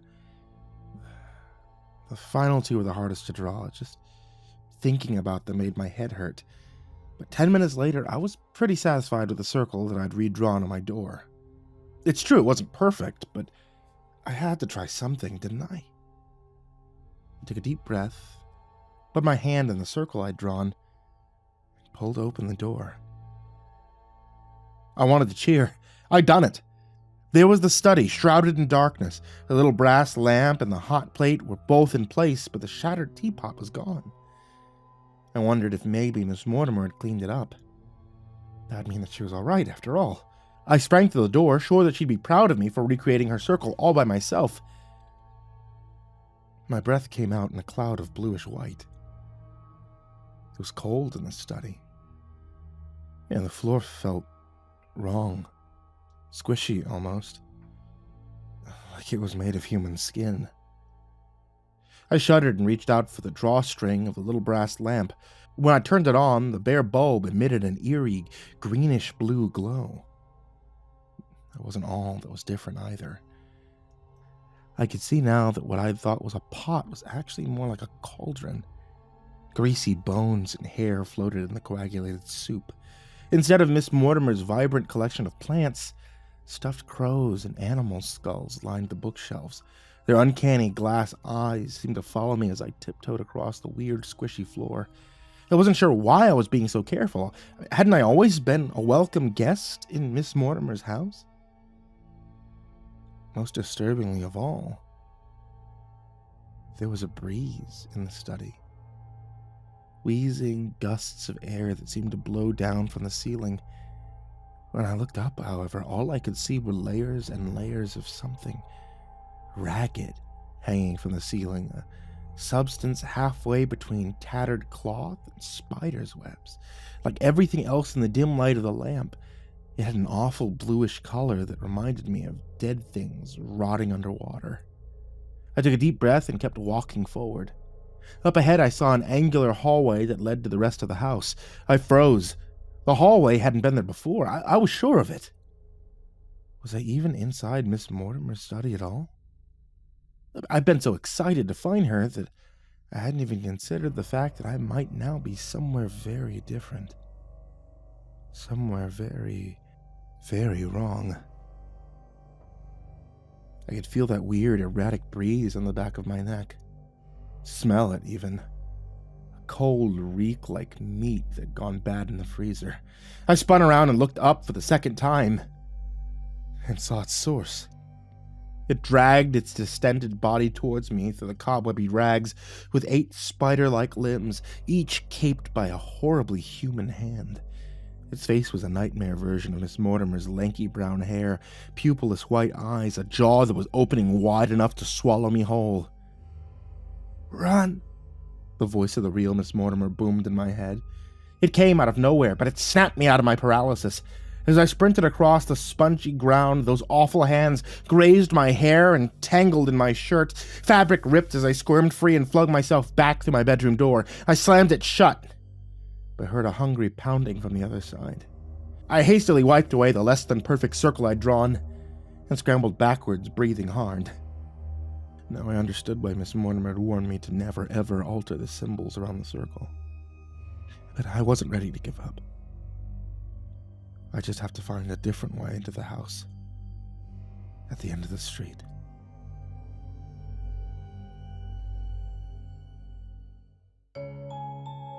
For those of you guys that like getting cozy while listening to stories, I'm going to let you know about Etsy.com/shop/ivorymonocletea.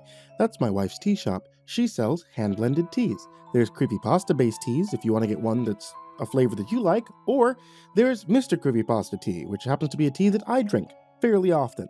You can also ask for a dabbing sticker. If you ask her for a dabbing sticker, you get a special one that I made for her to use on that jar, and she told me not to use it. So I like telling you guys to go ask her, because then you get a special one, because then she's forced to admit that I made a really good concept, even though it's very silly. Etsy.com/shop/ivorymonocletea.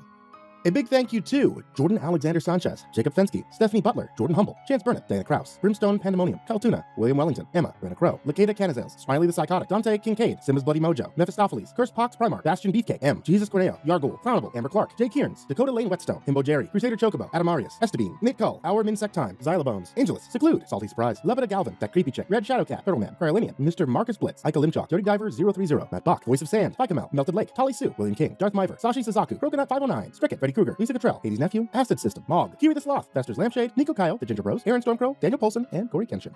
To all of you guys, I cannot thank you enough. Thank you for being a huge support to me. Thank you to everybody who's in the description down below, and thank you to everyone who can even support $1 just on Patreon to help keep the content coming.